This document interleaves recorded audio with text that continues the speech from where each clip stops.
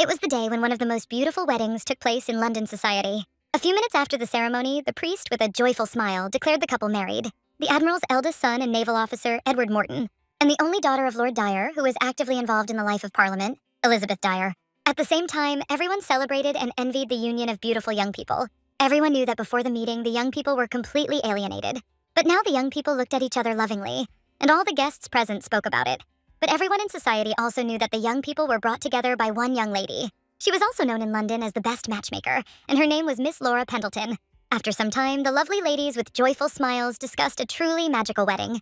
They saw that the young lovers looked like angels. Laura, in turn, was happy about such a union, because she had known the bride since she was a little girl. Also, looking at her companion, she saw a beautiful lady. At that very moment, the young lady said with a smile that the young couple would soon go on their honeymoon. She said with a smile that she heard that the young people would go to Italy, and that it was the most luxurious place to travel. But at that very moment, the young lady also drooped. Laura, smiling, invited her companion to continue the conversation they had started earlier. Miss Hyde, in turn, was a little puzzled. Laura's companion said with a smile that the young man was going to propose to her. The lady, in turn, was a little puzzled and did not know whether she should get married. Miss Hyde was the second daughter of the family and Rosemary's younger sister, as well as Laura's friend from her boarding school days. She loved cricket and horse riding, but she also knew nothing but reading. Something very stunning had happened to her earlier. She received a letter from a man she considered a friend with the intention of proposing to her. She was shocked and said that the young man was going to visit their house and officially propose to her. She understood everything perfectly well, but she couldn't even imagine something like this. She didn't expect that all this time the young man loved her, because she considered him just a friend. The young man was the second son of a local noble family.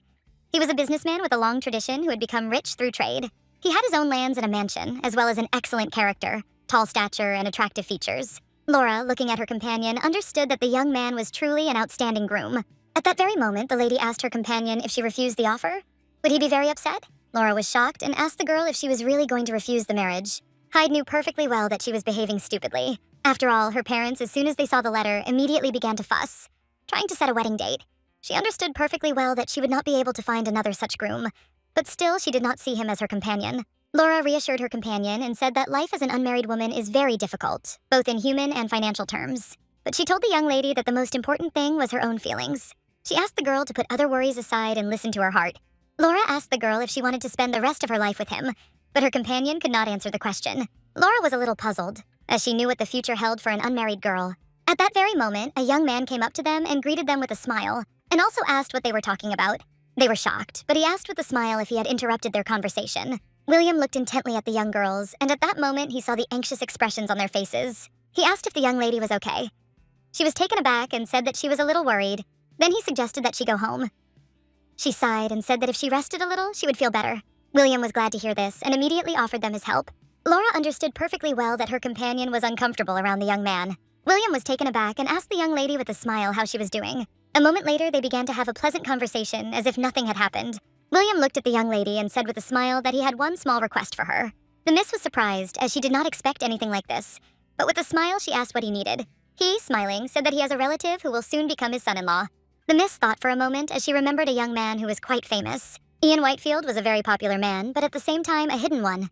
William said with a smile that he had recently received a letter from his school friend, and he said that he was planning to visit London soon. And besides, he received another letter from his friend's sister, asking him to help her brother.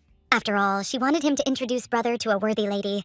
William looked closely at the young lady and with a smile asked her to help him in this matter.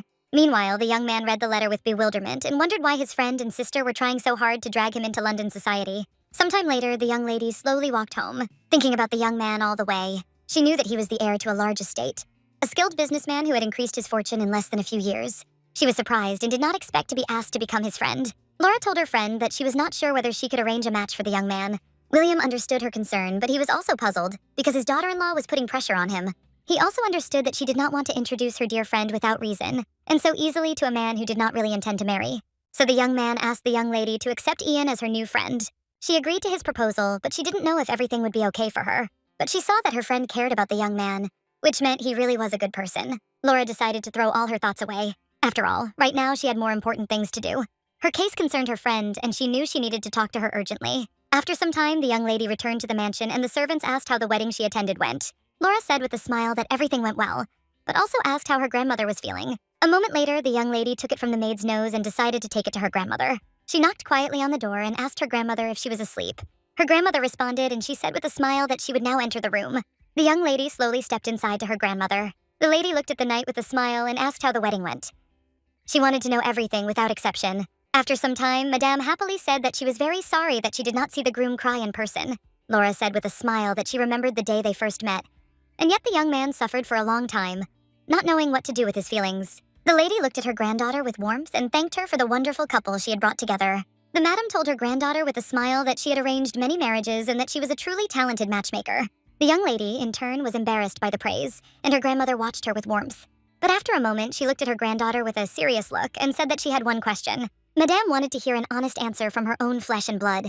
The madam stated that she had never met a girl like her granddaughter with such inner and outer beauty. So she asked her granddaughter why she used everything she had only for others. She wanted to know why her granddaughter didn't find love of her own. So she assumed it was all because of the man who had once abandoned her. She was worried, but the young lady told her grandmother that it was very late and she should rest. Madame did not utter another word, as she understood that this was a very painful subject for her granddaughter. After some time, the young lady was also quietly praying, sitting in her room. She asked God for the well-being of her grandmother and for peace for the man who left her many years ago. Sometime later, the young lady was in a hurry to get to a meeting because she had received a letter. She was informed that her friend had come to see his beloved. There he proposed to her, but alas, he received a bitter refusal. After this incident, the young lady locked herself in her room. Rosemary wrote to her precious friend that Jane needed her. At the same time, the young lady, without wasting a minute, arrived at her friend's house. The lady greeted the young lady with a smile and thanked her for arriving so quickly. Rosemary said with a smile that she would like to talk to her sisters. But at that very moment, they were all taken aback, as they heard a scream coming from the upper floor. The madam screamed furiously that the young matchmaker had ruined her daughter's wedding. She was furious because she knew they shouldn't have been dealing with a girl with no background.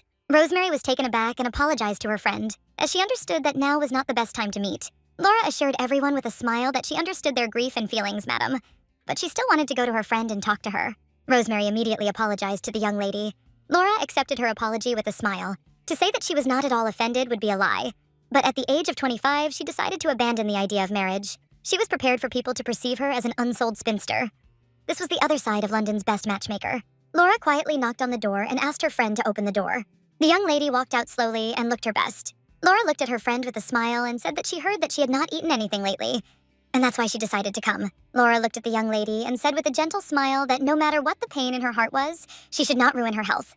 She also said that she had brought some treats and she should try them. Laura saw that the young lady did not react to her words in any way. Then she told her friend that if she felt guilty in front of the young man, then she shouldn't worry. Then the young icy one broke her silence and asked her friend if she could imagine her future. Flora sighed heavily and said that she would not have any inheritance, since she was not recognized as a member of the family anyway.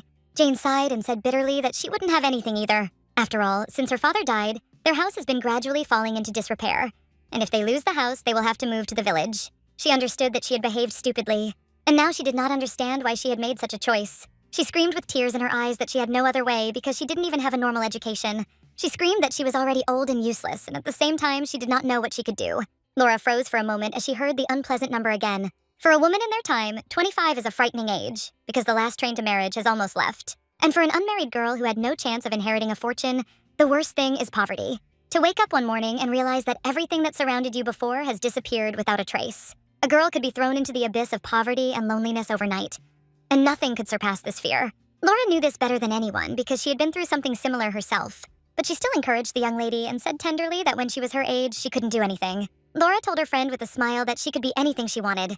She could have become a fortune teller or a street vendor when she became prime minister. The young lady was taken aback by this. At the same time, she asked if she was really joking now. Then Laura said with a smile that the young lady could become a typist. Laura smiled and said that when she was a dash girl, she was going to become a typist, and even bought herself a typewriter. She hadn't used it for a long time, as she had been busy with something else, but she wanted to borrow it. Laura looked at her friend tenderly and asked how she liked the idea. Jane, in turn, was a little surprised, but at the same time happy with such support. She gratefully accepted Laura's offer. A month later, the young man happily greeted everyone around him, but moments later, he asked his comrade how it felt to be back.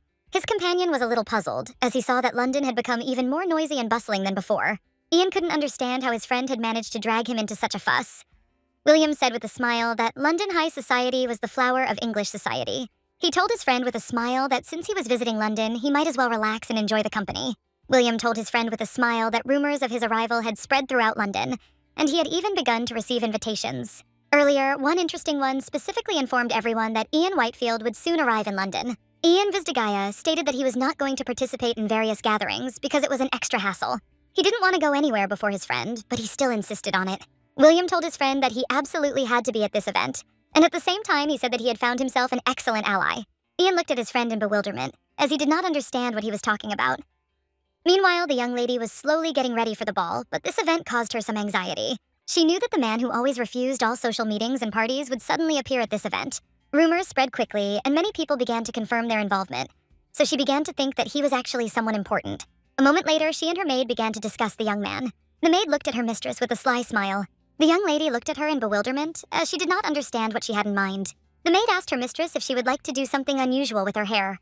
She said with a smile that the young gentleman was amazing and very rich, and it might be that he would fall in love with the lady at first sight. Laura dismissed such talk with a smile, as she knew he would want to marry any young and beautiful lady. Laura smiled and asked her maid to do her hair as usual. A moment later, she thanked her maid for helping her get ready, and looked at the lady with a smile and declared that she was as beautiful as she had been many years ago. Laura was very touched by her words, so with a gentle smile, she thanked her for this. Sometime later, the young lady attended the event and noticed that there were a lot of people there. She wondered if the young gentleman had arrived. But a moment later, she turned around as she heard a familiar man's voice greeting her. The young man noted with a smile that this year's social gathering had been overcrowded from the very beginning. Smiling, he said that he came with his companion, but she had disappeared somewhere, and now he could not find her. Laura looked closely at the young man, as she saw that his wound had healed, but he had lost a little weight. At that very moment, she asked where Mr. Dalton was now. William smiled and said that his friend was a little late, as he had met up with some university friends, but he would arrive soon. William ran up to his friend in a hurry and asked why he had arrived so late to the event. Ian sighed and said that he had things to do, which was why he was late.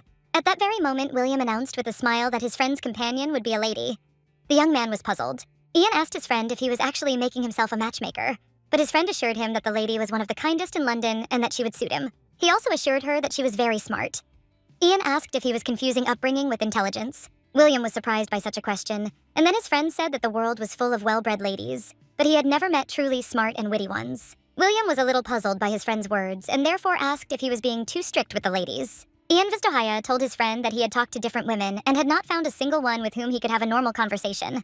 William told his friend that they would leave the wit and intelligence for later, because today he simply wanted to introduce his friend to his girlfriend. A moment later, they approached the young lady. William looked at his friend with a smile and asked how long she had been waiting for them. At that very moment, he introduced his friend and son-in-law all in one with a smile. Ian, in turn, looked intently at the young lady. She also looked at him with a smile. She had previously told her friend that if his son-in-law was not interested in love, it would be difficult for her to find a suitable match for him. William told the young lady that his son-in-law was not interested in social life, but he had serious views on love. She was surprised and did not understand why such a serious man was not actively looking for his partner. At the same time, William stated that his son-in-law simply believed in fate. Of all the people she had ever met, he was the most handsome gentleman. She understood that many ladies would dream of a fateful love with him. Without wasting a moment, the young lady greeted her companion with a smile, as she had heard a lot about him. Laura said with a smile that she heard that he was a good uncle to his nephews and a good brother to his sister. He sighed heavily and said that he was not such a good uncle, and his nephews knew this better, and perhaps he was not such a good brother. For a moment, William stared at the young people and listened to their conversation. Ian sighed and wondered if a good younger brother would argue with a sister who had gone through such hardships as postpartum sickness. The young lady, looking at her companion, was convinced that he was truly an extraordinary man. He had a refinement and elegance that an ordinary gentleman did not have. She saw that he had an unusual character, so she wanted to correct his hostile attitude before introducing anyone to him. Laura said with a smile that in the end he came to the event, and although he did not want this, he still kept his promise to his sister. Ian, sighing, said that they should not underestimate his sister, because there was a man in London who was keeping an eye on her. Laura, looking at the young man, said that he was embarrassed to receive praise. Ian was a little surprised by such words. He said that he never had a good reputation in his social circle. Laura said with a smile that he himself mentioned his bad reputation. She said that he was just a modest person. He was surprised and said that it was not modesty, but simply a fact. Laura said he didn't make assumptions about being a good uncle, and he attended the celebration despite the inconvenience. She smiled and said that not every man remembers that his sister suffered from postpartum illness. Laura said with a smile that the world values such people as good younger brothers. The young man froze for a moment in surprise, as he had not expected such a thing, and yet he did not answer her. William looked at us with a satisfied smile at his friend, as he saw that his companion had won. Ian stared at the young lady as she showed kindness after he had created an awkward atmosphere and tried to leave. He understood that she was not as simple as she seemed at first glance, and therefore he wanted to know who she was. Ian approached the young lady and asked her to be his friend, and then he said that he was interested in how she expressed her friendship. Laura said with a smile that her way of showing friendship was very simple, because she intended to introduce him to her friends. And even if he was far away, they could exchange letters so that he would feel that she was near. Ian, looking at his companion, declared that what she had listed were truly the most valuable things that could be obtained in friendship. The young lady, in turn, was a little embarrassed by such words. At that very moment, he noticed her embarrassment, and after a few moments, his expression changed to a sly smile. Ian extended his hand tenderly, saying that he swears on his honor as a gentleman that he will be sincere, as she wishes. He kissed her hand with tenderness and courtesy. Then he looked her intently in the eyes and said with a smile that he would count on her. She smiled and said that she was also counting on him. Laura, smiling, told the young man that they had taken their friendship one step further, so she wanted to introduce her friends to him. She asked him to dance, but he categorically stated that he did not know how to dance and had never taken dance lessons. Laura was a little puzzled as she found herself in an awkward situation. She understood that in the future he would be surrounded by many ladies, and if he only said hello and did not dance, it would be considered impolite on his part. Then a brilliant idea came to the young lady. She asked her friend if his son-in-law was well-versed in sports games. William said with a smile that his friend could quickly learn any sport after one demonstration. At that moment, the young lady grabbed the young man by the hand, and with a smile said that she would teach him to dance at a faster pace. He was shocked by this, but she asked him with a smile to go with her to the dance hall. In turn, he was puzzled. He said that he did not know how to dance, and while dancing, he could step on her foot. Laura smiled and told him that he didn't need to worry because she had strong legs, but he was very excited about this. Laura told him that he shouldn't pay attention to such thoughts, and he should just watch her slow steps and follow her. A moment later, the music started and they began a beautiful dance. They danced, despite everything, and the young man did not step on her feet. Laura could see that her companion certainly had excellent coordination, and little by little he was beginning to get into the rhythm. But still, she saw that he was nervous, so she decided to cheer him up a little and make him just relax. For a few seconds, she said with a gentle smile that he could stop looking down and that he should raise his head. She asked him with a smile to look into her eyes and continue dancing together. The young man, in turn, was amazed by her words, since no one had spoken to him like this before. Laura smiled and said he could handle something like that. After a few minutes of dancing, she said with a smile that his movements already looked surprisingly natural. Then she asked him why he stubbornly avoided dance lessons, despite his talent. He smiled and sighed, saying that the reason was quite simple. After all, his practice partners were only guys who sweated profusely and simply didn't want to dance. He ended up being the gentleman who didn't even dare ask her to dance, which was, of course, quite impolite. He assumed it upset her, but he still thought that this reputation was not entirely false, because he did not know how to maintain pleasant conversations, and he was still far from being a real gentleman. Laura looked at her companion with a tender smile and said that this was not so, and it seemed to her that everything was a little different. She said with a smile that if a person knows how to respect others, then he is already a gentleman. She said with a smile that during all the time spent in high society, she too had often had to deal with the feeling of heavy fatigue and discomfort. Ian was surprised and asked if ladies also faced many difficulties. She smiled and said that ladies also had their joys and happiness, as well as difficulties. Laura said with a gentle smile that it would be wonderful if someone appeared with whom she could share her happiness. They would have lived differently. She hoped that there would be someone with whom she could share long years, based on love as fate. Ian asked in surprise if she really believed that such things actually existed. She said with a smile that she believed it. He understood that she had a very romantic idea of marriage. Laura stated that she had heard similar thoughts and opinions from him. Ian said with a smile that for him, marriage loses all meaning unless it is real and not with deep love.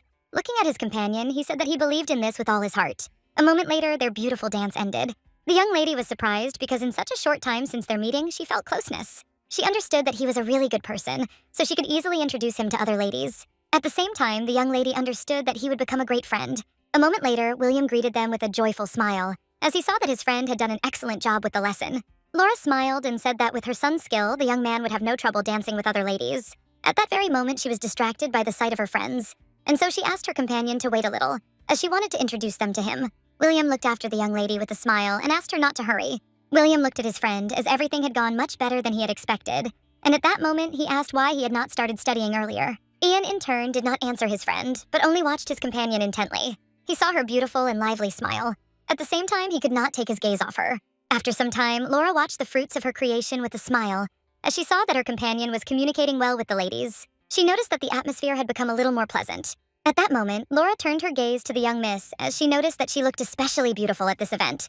At that very moment, she compared the young people and realized that their union would be very wonderful, because she was the flower of high society, and he was a mysterious gentleman. Laura understood that there could be nothing more perfect than this union. At that moment, she turned to her friend with a smile and said that it was time for her to go.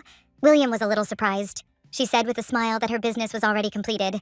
He said in a hurry that he would prepare a carriage for her, but the young lady assured him that there was no need to do this, since they were already waiting for her. She walked slowly up to the carriage and stood still, looking at the beautiful hall, wondering if Ian had asked the young lady to dance. Laura looked into the distance with a satisfied smile, as she assumed that this was indeed the case. She had previously seen that the young lady was showing interest in the young man, so he simply could not remain indifferent to her. She was happy because she understood that they really were the perfect couple. Laura knew that if they got married, they would be the most magnificent couple in London. But a moment later, all thoughts flew away as the young man frightened her. Ian ran quickly up to the young lady and called her, and it was clear that he was in a hurry to follow her. Laura was shocked and didn't understand why he ran to her so quickly. So she asked if something had happened. She was shocked because she knew that he had to dance with other ladies. And then she heard from the young man that she had behaved too strictly. He sighed and wondered how she could have left without a word while he was momentarily distracted. Ian, looking at the young lady, he said that she had become his first dance partner, and then he asked if she shouldn't have at least said goodbye before leaving. The young lady froze in place in shock and embarrassment, as she did not expect such a question. Laura collected her thoughts and, with a smile, apologized for treating him like that. She said that she just thought that they would meet again soon, and so she didn't want to say goodbye to him in such an unusual way. Laura stated that their house often hosts parties for young gentlemen and ladies, as well as small musical gatherings.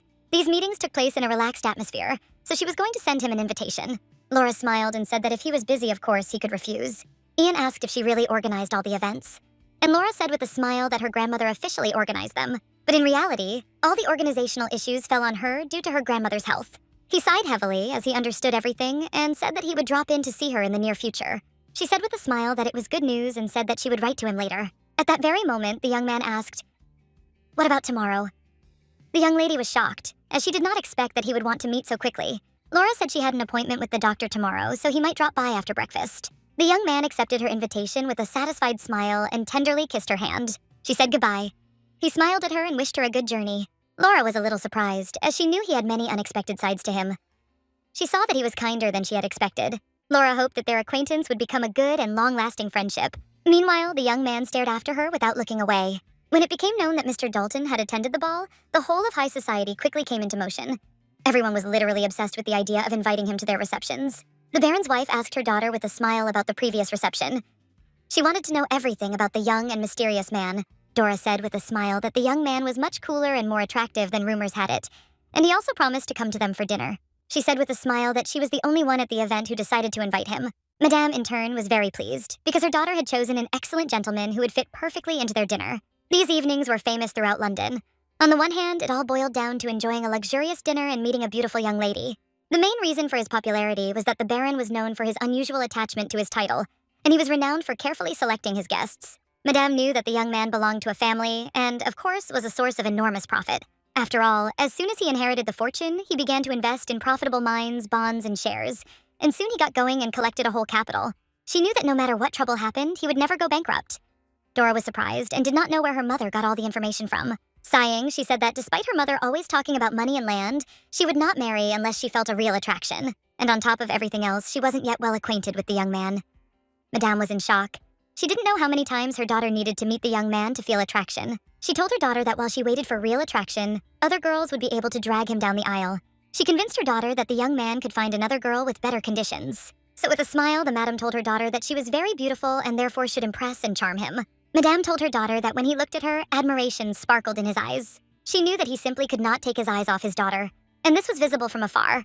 But at the same time, they caught some kind of misunderstanding as he looked at his friend. At the same time, the young lady was agitated because she did not understand why he never asked her to dance. After the famous London matchmaker left, he simply said goodbye and left. The madam said with a smile that the young man had just begun to explore the world of high society, and he was not yet accustomed to dancing. The madam was sure that her daughter saw how the young man looked at her, therefore she was interesting to him, and she did not need to be upset in vain. Dora knew that she had never met a man who did not love her. She knew that he was truly kind to her, and he looked at her intently and smiled.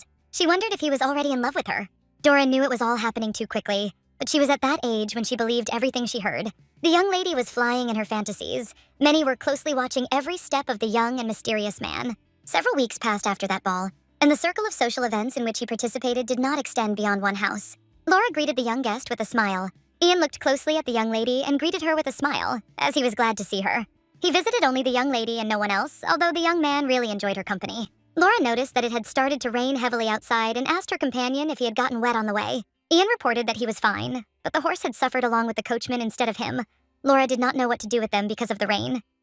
He arrived. He looked at her with a smile and said that he would be able to talk to her longer. And for him, on the contrary, this was a lucky coincidence. A lot of time has passed since the young man appeared in society. Despite this, it was not easy to meet him. Many in the world began to get nervous and lose patience, but at the same time, they felt a certain relief. They understood that since he did not leave the famous London matchmaker, it meant that he had decided to find himself a bride. But at the same time, she understood that he didn't even know that she was playing the role of matchmaker. But looking at her companion, she understood that he was not at all interested in finding a bride. At the same time, the young lady did not understand what he was thinking about. To her surprise, he never missed a single tea party or dinner party at their home. She introduced him to her friends more than once, and they spent a lot of time, but he never showed interest in any lady. He might exchange a few words, but he would soon return to listen to her play. He often started light conversations with her. At the same time, she understood that he was more interested in friendship than in love. She was very pleased to be his friend, but she understood that his friend was disappointed with this outcome. After a short silence, Laura looked at the young man and said that he had said earlier that they loved London. He said with a smile that thanks to her, he had the opportunity to experience a lot and see things in a new light. While talking to the young man, she heard many stories about his native land. Whitefield. This sprawling estate, surrounded by fertile woodlands and fields, Dalton Mansion sits on a hill right in the center of the land. When he told her about his house, it seemed to her that she was standing on a hill and looking at all the beauty. It seemed to Laura that if she looked out the window, a dense forest of snow-white birches would immediately open up before her. And behind it are fields where agricultural work is in full swing. The young man's voice, as he described his homeland, conveyed a genuine warmth and affection like never before. She looked at him with admiration and listened to his stories. And at the same time, Laura noticed that he really valued his native land. Ian smiled and said that she was flattering him, but at the same time, he wondered if it wasn't like that for everyone. She said that most of the nobles didn't even know how much land they had. Laura said with a smile that the more she listened to him, the more convinced she became that his region was truly wonderful. Ian smiled and said that his home was a beautiful place. Its beauty difficult to describe in words. He said with a smile that someday she should see everything with her own eyes, but for now he could show it to her in another way. She said with a smile that it seemed like he had someone in the house who could draw. He smiled and said that if his own hands were considered part of the house, then that was true. Laura was surprised because she didn't know that he could draw. He said with a smile that he had studied drawing as a child. She was surprised, as this was unusual, since sons are not particularly taught art. Ian said with a smile that he was sorry because the weather had prevented him from taking his sketchbook with him, as he could have shown her all the beauty through his drawing, and at the same time he could introduce his nephews to her. Laura smiled as she realized that they were his sister's children. She would like to know more about everything. Ian began to talk about his eldest nephew, Henry. He was already an adult and was now studying at Cambridge, which he himself graduated from. Laura asked about the rest of his nephews, and Ian said with a smile that he had a niece, Olivia. He said that she had matured quite early and dreamed of going out into society, but that she was very sensible, so she wouldn't create any problems. He sighed and said that the real problem was the younger ones, because they were restless and their fights had become almost a daily occurrence. He sighed and said worriedly that they were just real daredevils. Laura said that was what boys that age usually did. He understood that this was exactly how it was, but their behavior was going too far. And the worst part was that he was the only one who could rein them in. She smiled and said that she was actually more interested in the younger one, who was born not long ago. Ian sighed and said that the boy was cute, but his mother had gone through pain to give birth to him. Ian said his sister always said everything was fine, but in his heart he hoped it was her last child. The young lady looked at her companion as she saw that he was very worried about her sister, so she said that she would like to give a gift for her younger nephew. She said with a smile that in order to write down the recipient's name, she needed to know the name of his nephew. She asked what his nephew's name was, but the young man looked away from her, embarrassed. A moment later, he said that his name was Ian. The young lady was surprised, but at the same time felt cute, since his sister named her son after her brother. Laura said with a smile that she would have to try hard to find a gift that little Ian would like. She looked at her companion with a smile, as she saw that he was revealing a new side each time. He could be cruel when it came to criticism, even towards things that were dear to him, but at the same time his affection was strong and tender. He had a broad view of the world, but he devoted all his love entirely to a limited circle of people. She knew that such a man would be ideal for marriage. She knew that when he felt the desire to find love, she would pray that the path would lead him to the one who would become his destiny. At the same time, the young maid watched the young people closely. She saw the gaze of the young man, who was looking intently and with admiration at her mistress. After some time, Anne looked at her mistress in surprise and asked if she was really going to leave the house. Laura said with a smile that the maid had arrived at a good time, so she asked her to help her with the finishing touches to her outfit. Anne said the lady that if she had even guessed that the lady was going to go out, she would have come a little earlier. Laura smiled and said that it was no big deal as she just wanted to go for a walk and her companion suggested they enjoy the fresh air. Anne was surprised that the young man invited her mistress. She also said about her mistress that the young man often visited their house. Laura smiled and said that he always preferred private conversations with people. This place was ideal for such meetings. At that very moment, the young maid also offered her mistress to put on the beautiful hat. Laura was sure that such an outfit would be too much for an ordinary walk. The maid was shocked and told her mistress that she would look exquisite. A moment later, Anne said of his mistress that the gentleman was visiting them for another reason. She said that he was probably delighted with the food and the chef, as everyone was delighted with their dinners. But she was also sure that the young gentleman was perhaps in love with someone who could only be met in their house. Laura looked at the maid in surprise and asked who they were talking about. The maid was taken aback and hastily said that the young gentleman was in love with her. At that very moment, the maid said that her mistress should put on a hat to look even more attractive. She insisted that the young gentleman would not take his eyes off her. But the young lady doubted that this was true. Anne was puzzled and did not understand why her mistress was so categorical. Laura said with a smile that there had never been such feelings in his gaze. She smiled and said that he was probably just enjoying the wonderful cuisine and enjoyed this kind of conversation. Anne, in turn, understood that she could not convince her mistress. But she knew that her mistress did not at all understand how the young man looked at her when she did not see anything like that. She understood that such a look could not be directed at a person who is indifferent. She was sad and angry at the same time because she saw that her mistress helped everyone in matters of love. But she herself could not deal with such things. Sometime later, the young people were leisurely strolling through the beautiful city and engaging in casual conversation. They discussed the recent joint dinner with the Morton family. Ian said that the young people complimented each other perfectly. The lady was glad that he thought the same as she did. Ian said with a smile that the young man seemed cold and taciturn. But his wife softened this atmosphere, and at the same time he looked after her with great warmth all evening. Ian said with a smile that the young lady was proud of them. Laura asked with bewilderment what he was talking about. He smiled and said that it was she who helped create such a harmonious couple. She was shocked and didn't understand how he found out about something like this. He said with a smile that the host of the evening told him everything, and if it weren't for her, they wouldn't have been able to get together. She was embarrassed and said that it was an attraction on his part. Ian told his companion with a smile that her kindness helped his friends create a harmonious family. Laura said that she had not done anything outstanding. Ian said that in their day, many people married despite the lack of mutual understanding just because of wealth and dowry. He claimed that this led to lifelong misery, but in this light, her kindness took on more significance. The young lady, in turn, was greatly embarrassed by her companion's words. Ian looked closely at his companion. He understood that she was always modest when it came to confessions. Usually in such situations, gentlemen would change the subject because they felt that the lady was in an awkward situation, but he enjoyed watching her. Laura was taken aback and asked her companion not to overpraise her, because he had misunderstood her. He asked in bewilderment why she was saying that. She said that in fact, the secret had made a plan at the request of his friend. In order to arrange his marriage with one of her friends, so all this time she invited him to events to introduce him to different people. She said that she was too far from this kind of wisdom.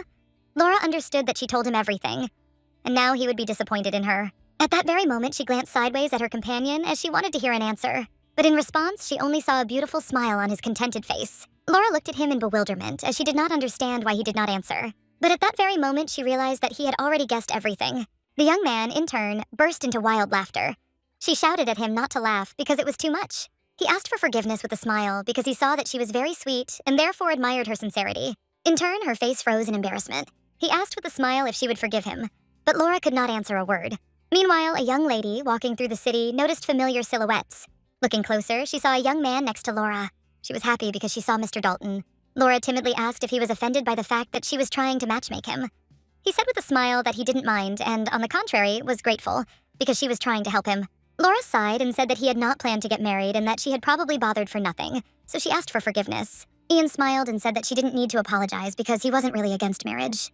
He said that he also tried to find a good girl in his area, but although he was not looking for the perfect beauty, unfortunately, he was unable to find the one with whom he could open his heart.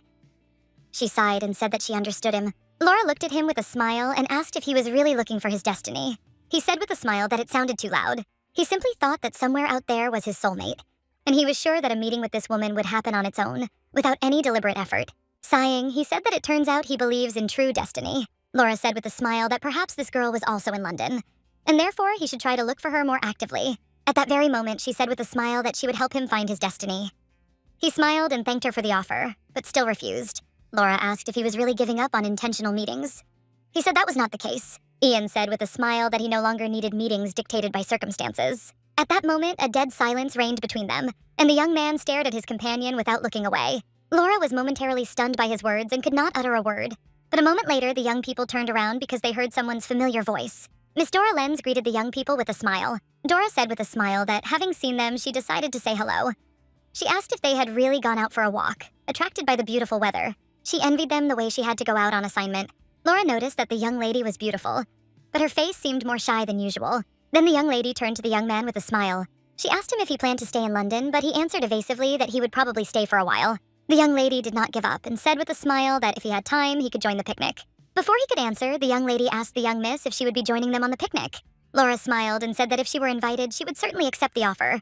While the young man listened to their conversation very attentively, Dora asked Ian with a smile if he could attend the picnic. Without hesitation, he immediately replied that he would come.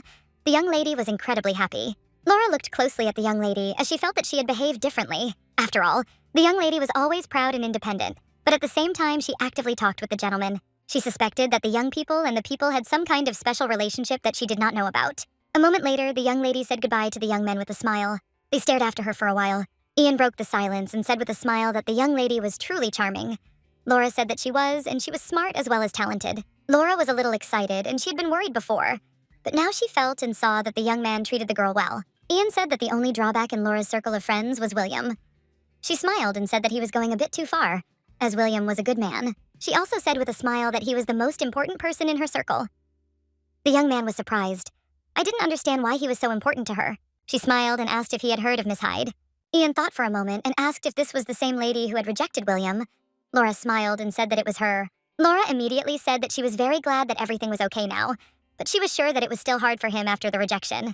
Laura reported that, upon hearing that the girl was looking for a job, William offered to help by recommending her to the office where he worked. At the same time, he said that he did not want to lose their friendship. So the young lady asked her companion not to be so strict with William. She said with a smile that it was thanks to him that they met. Ian with a smile noted that this was truly a noble cause. She said they could also offer the young people the chance to enjoy a boat ride. Ian said they could use William as a coachman. After some time, they returned back to the estate, and the young lady offered to have a cup of tea. But the young man refused, as he had business. Ian sighed and said that before he left, he wanted to ask her something. Ian asked if William had ever shown any interest in her. The young lady froze in surprise for a moment, as she did not expect such a question. She asked him in bewilderment what he was talking about. She said that the young man, like his beloved, were her precious friends. She was shocked and said that even such a thought about it was unclean. The young man looked at his companion with a smile as he saw that she demonstrated clear confidence. A moment later, he looked at her with a smile and said that they would see each other next time. Laura stood frozen in a daze and looked at him in bewilderment. The young lady stared after him for a moment. She was a little confused as she didn't understand what had happened in the end. After some time, the young lady wondered what kind of relationship Ian and Dora had at the moment. She was concerned by the young man's reserved reaction, especially against the backdrop of the young lady's decisive behavior. She understood that perhaps this was Ian's way of showing true love. She knew that he hid his feelings from others, and she assumed that he would open up if they were left alone. But if this was not the case, then the young lady had misinterpreted his feelings. She knew that the young lady was certainly a wonderful and multifaceted person, but she lacked life experience and was easily susceptible to flattering words. For example, if someone admires how well they are suited to each other and encourages them to be together, Laura threw all her thoughts away, as she realized that perhaps her thoughts were too bold. She knew that the girl was a reasonable and worthy lady. After all, if there really was mutual affection between them, then her intervention would no longer be necessary in such a matter. At least in terms of conditions, this would be ideal. The young lady could not boast of a large dowry, but she had the status of the daughter of a titled nobleman. The young man, in turn, had no title, but his pedigree and the enormous fortune he possessed thanks to his family spoke for themselves. She understood that everything would go smoothly, since she was the one who introduced them, and she would watch the development of events from the sidelines. After some time, the young lady's friend came to see her. Laura greeted her friend with a smile. Jane apologized for being late, and she also said that she heard that there would be a dinner party that evening. She asked her friend if she was going to the dinner party. Laura said with a smile that she had received an invitation, but had to stay close to her grandmother. She saw that her grandmother was getting weaker every day, and she felt calmer next to her. Laura stated that she would much rather sit at home with a book or listen to the sounds of a typewriter than go to a dinner party. At the same time, Laura praised the young lady for her efforts. She saw that the girl did everything in her power, and she did an excellent job. Several months had passed since the young lady began visiting her regularly. How many months ago, when she came to her friend, she looked with delight at the beautiful office. Jane was amazed because she had never seen such a large number of books before. But moments later, her gaze was drawn to the beautiful typewriter.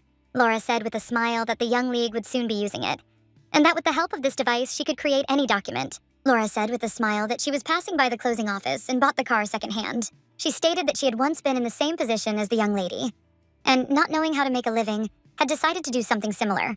After much practice, she managed to learn how to quickly and accurately prepare documents. So she asked a friend for help and learned how to prepare forms for documents. The young lady was glad because she had acquired a useful skill. Now she could pass on her skills to her friend and help her in the current situation. Laura asked her friend with a smile what her impressions were when she saw something like this with her own eyes. Laura, supporting her friend, said that she would be happy to teach her how to properly use the machine. After some time, her young lady looked through the documents with delight, as her friend had achieved an excellent result in a short time.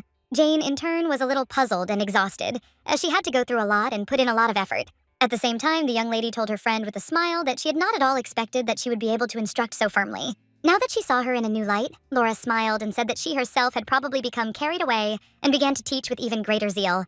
But a moment later, the young lady noticed that her friend was engrossed in something. Jane asked her friend what she was writing. Laura smiled and said that she was studying Latin. Jane asked in surprise if she knew Greek. Laura smiled and said that she had studied it at a girls' school. Jane was surprised because she had heard that the school only taught German and French. Laura said that this was true, but their school had courses in Latvian and Greek. And thanks to this, with the help of a dictionary, she could translate quite successfully.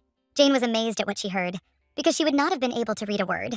She said that if she were a man, she would definitely go to Oxford, although she cannot go there directly, but she is quite capable of helping someone. Jane asked her friend if she would like to become a private tutor. Laura smiled and said that for now she did. Jane realized that while she was practicing typing, her friend was studying hard to become a private tutor. She saw that her friend was always calm and reserved, and if anyone had seen her, they would have said that she was a real lady. But no one could have imagined that she, who seemed so calm, was in fact fighting for her future more determinedly than anyone else. Jane noticed that her friend was the best student in school. Laura knew that this was certainly true, but alas, it was not enough. Jane was surprised because she knew that every family that had a daughter would be happy to accept her. Laura smiled and said that this only happened in houses where there were daughters. But when the family faced financial difficulties, the first thing they were willing to sacrifice was their daughter's education. Jane knew that if her friend spoke several languages, she could get work in homes where there were boys. She understood that the salary there would be higher. She asked her friend if she was really going to work as a tutor all her life. Laura smiled and said that was true. She wanted to work a little, and later buy a small house outside the city. And retire from business, working hard, she assumed that she would be able to save up for a house. The young lady was delighted with her friend's thoughts, as she was already thinking about her future. She sighed and said that she had only thought about the difficulties that lay before her right now, and had not thought about what would happen next. Laura told her friend with a smile that she would cope with all difficulties. She announced that there would be a picnic soon and asked her friend if she would like to join. Jane said that she also received a message, but she did not know why she was invited. While Laura understood why her friend was invited since she insisted on it, Laura said that some of them could go together since work would never go away and there was no time left for fun. Laura realized that this picnic could be a wonderful opportunity for both of them. After all, there was nothing between them except awkwardness. She hoped that the meeting would help the young people, and they would become friends again. After some time, the young lady attended a new gathering. Young men were also present at the picnic. Dora greeted everyone present with a smile and asked the young men to take their places in the back of the truck. And she asked the ladies to move to the front of the carriage. William looked at everyone present with a smile and noticed that the hostess of the event looked dazzling. Ian looked at his friend in bewilderment and asked if he was really supposed to drive the carriage. William noticed his girlfriend in the distance and told his friend that he would drive the carriage with the young girls. He said goodbye to his old friend with a smile and wished him a good day. William walked slowly up to the ladies and, with a smile, asked them to follow him. Ian looked intently at his friend, who was tenderly courting the young lady. He was a little puzzled as he saw his friend politely offer his hand to the young lady with a gentle smile, but a moment later he looked away as the girls called him. Dora looked at the young man with a tender smile. He agreed, but he knew it would be a good idea to strengthen his relationship with Laura's friends. He greeted the young ladies with a smile and informed them that it was time for them to leave. After some time, he brought in a carriage with ladies sitting in the back. They looked after him with embarrassment and whispered that the rumors about him were exaggerated. But at the same time, they saw that the young beautiful lady looked very harmonious next to the young mysterious Ian.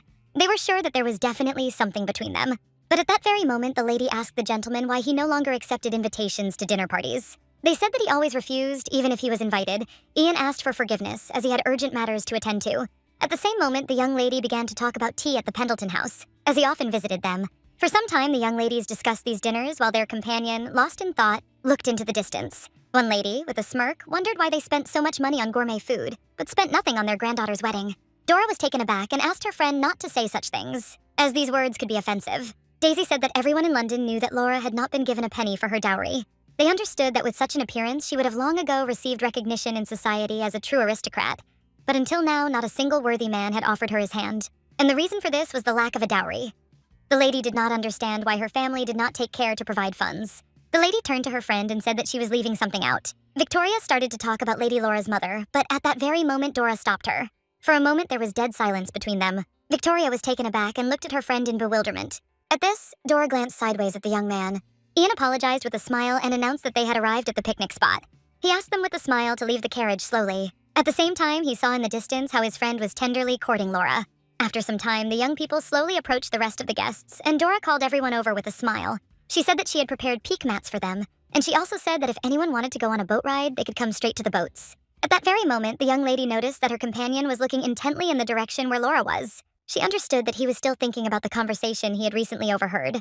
She was puzzled because she realized that her friend had raised an unnecessary topic. Ian glanced sideways at the young lady and asked if she would like to go for a walk with him. Dora was very embarrassed by their walk. She had not expected this at all, and at the same time she was very embarrassed and did not know what she should talk to him about. The young man broke the awkward silence and told his companion that he would like to ask her one question. Sighing, he asked what the young lady had meant when she spoke of Laura's mother. Dora sighed, as she knew he would ask such a question. She felt awkward talking about something like that, but the young man assured her that he valued and treasured their mutual friend. He said that, thinking about their further communication, he believed that he should know more about her. Dora sighed and looked away, saying that she had only heard about others, so she could tell some rumors. She reported that the young lady's mother was a precious daughter, a real pearl of high society. However, many years ago, she disappeared without a trace. She eloped with an American artist, who came to their house to paint her portrait, but they never got married. They simply disappeared and lived together for some time, but alas, she passed away while giving birth to her sweet daughter. The artist left the girl in the care of Lady Evigale and disappeared without a trace.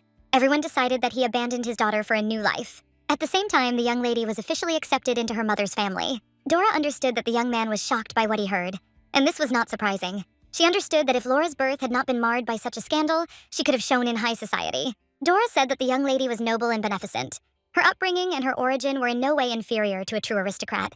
But because of her origin, she had no dowry, and when they wanted to accept her into the family, her uncle was firmly against it. In the end, he accepted her only on one condition, that all of her mother's inheritance would go to his son. Dora asked the young man not to judge her harshly. Dora screamed that even though the lady's blood had the blood of a commoner in it, he had to see for himself what she really was. Ian said she had misunderstood him. He asked if she thought he could despise Laura over such a trifle. He sighed and said he was simply amazed. Now the young man understood why she was always reserved. Dora saw that he was not speaking directly and was hiding his true feelings. But in turn, she was puzzled and did not understand why he suddenly began to seriously think about the origins of the young lady. A moment later, the young people slowly approached the others. Dora smiled and invited her companion to play a little, but he simply wished her a good time. The young ladies looked at him in bewilderment as they thought that he would join them after all. For some time, they did not take their eyes off him while the girl asked her friend what they were talking about. The young lady happily began to tell her friends about everything. At the same time, the young man slowly returned back. He was immersed in his thoughts since he had no intention of staying in London. Besides, he wasted his time on such entertainment. At the same time, he had a lot of things to do at home. But he still wondered why. Despite the lack of any need, he still remained in London. A moment later, he realized that he had only one reason, which gave him a radiant smile. The last month has been a series of unexpected events. Ian, like a complete fool, constantly turned around her, hoping to fish out at least one word. Without asking his companion, he simply poured out his thoughts like a waterfall. It was the first time in his life that he felt what it meant to be a captive person. He was glad to see her smile, but it was she who became the object of public contempt. It was necessary to expect that the social circle was also full of small souls. Already from that conversation in the carriage, everything became clear to him. Blood, lineage, status. They enjoyed gossip, discussing other people's affairs. He was furious and wondered how the lady could survive for so long in such a place, alone and without support. He didn't know if there was anyone who could be her comfort in the cold and evil world. He wanted to become that kind of person for her. He wanted to listen to all her suffering and console her with at least something. A moment later, the young man turned around because he heard a familiar voice. At the same time, the young people were happily having fun by the lake. A moment later, a young man came up to them and corrected his friend with a smile. He noticed that Togo had an incorrect posture, and therefore he blamed the stone with interest. The young people looked at him in bewilderment. William was surprised that his friend approached them. Laura, in turn, greeted the young man with a joyful smile. She smiled and said that they were having fun, and at the same time she bet on her friend to win, and she said that he could bet on his friend to win. Ian said he would bet on the young lady too. William was puzzled. He said his friend should have supported him. The young lady smiled and told her companion that she acknowledged his skill, but that he still lacked the necessary skills. Then she asked the young man with a smile if he wanted to try himself. Ian said with a smile that he was also good at playing with stones. But when a real master challenged him, he began to worry. Laura looked at the young man with a smile and said that he should try, and in that case, she would bet on him. He smiled and said that with her support, he would try to play. William was surprised and told his friend that she had said earlier that if they played, she would always be on the girl's side. Ian looked at the young people with a smile, as he liked the fact that they were arguing among themselves in a cheerful atmosphere. Ian smiled and told his friend that if he won, it would not affect his reputation in any way. A moment later, Jane smiled and gave her opponent the first move. Ian thought for a moment, as he hadn't played something like this for a long time. He wondered if he could do it. A moment later, he threw his stone and everyone looked at him in surprise. Ian easily tossed the stone into the distance and froze in a pose looking at the stone as it slid across the water. Laura looked into the distance with delight and counted every time a stone flew away from the water. Everyone was surprised as the young man set a new record, and Jane noted that she had a strong opponent. But in turn, she looked into the distance with a grin, because she understood that she should not give in to him. The young people, in turn, joyfully rejoiced and supported their friend, as they wanted her to win. Jane stood frozen for a moment, looking out at the lake, knowing she had to win and throw the stone further. A few minutes later, she threw the stone into the distance, and the young people began to count how many times it bounced off the water. A few seconds later, Laura ran up to her friend, as she had set a new record. William happily congratulated his friend and asked how she managed to achieve such a result. Moments later, Jane was telling her friend what he needed to do to achieve similar success. Ian asked his companion with a smile if they could find something else to do for entertainment. A few minutes later, the young people were sailing in a boat on the lake. Laura said that her friend suggested a similar game, and they had a fun time. Ian looked at her with a smile and said that since she said something like that, he should follow her example. Now he realized that he was really in trouble. He was puzzled and did not understand why the boat was so small. Ian was a little worried and didn't understand why everything was so quiet around him. At that moment, he looked at his companion with embarrassment. And I wondered if boat rides had always been this exciting. After a few minutes of conversation, the young man realized that he was fighting with the girl who rejected his friend's offer. He was surprised and confused and asked if they were really throwing pebbles on the water now. Laura said with a smile that they had just happened to be on a walk, and that their friend had conveniently suggested that they play with his pebbles. She was glad that they were communicating again without the slightest embarrassment, because they had always been good friends. But it sometimes seemed to her that the young man had proposed to her out of friendly affection rather than love. Ian froze for a moment but didn't answer. But after a few minutes, he asked his companion whether it was possible for spouses to find happiness if their union was born only out of friendship. She knew that this was so, but such people were few. He sighed and said that he found it difficult to understand and asked if marriage shouldn't be built on love, not friendship. She said with a smile that love sometimes gives rise to too many quarrels. And in order to live together for many years, mutual trust is more important than a stormy outburst of feelings. He was surprised because he believed that for her, there was nothing more important than love. She did not deny its importance in marriage. However, the beauty of love easily fades under the weight of the harsh realities of poverty, differences in character, and a host of other circumstances. She was sure that marriage begins with love, but ends in friendship, because passionate love always has an expiration date. He was sure that her words were wise, but he could not agree with them unconditionally. Ian believed that love was a feeling that was worth accepting, even the suffering that came with it. He understood that if spouses who are destined to live together their whole lives are deprived of passion for each other, their life together will become routine. Moreover, there were feelings after the expiration date turned out to be so great that they did not fade away until death. The young lady looked at her companion with a smile and assured him that she also believed in the power of love. She looked tenderly at her companion and said that he would undoubtedly one day find such love. Ian looked away from her. And while he hoped that everything would go as usual, he was still content to simply be near her. He felt a passionate impulse towards his companion.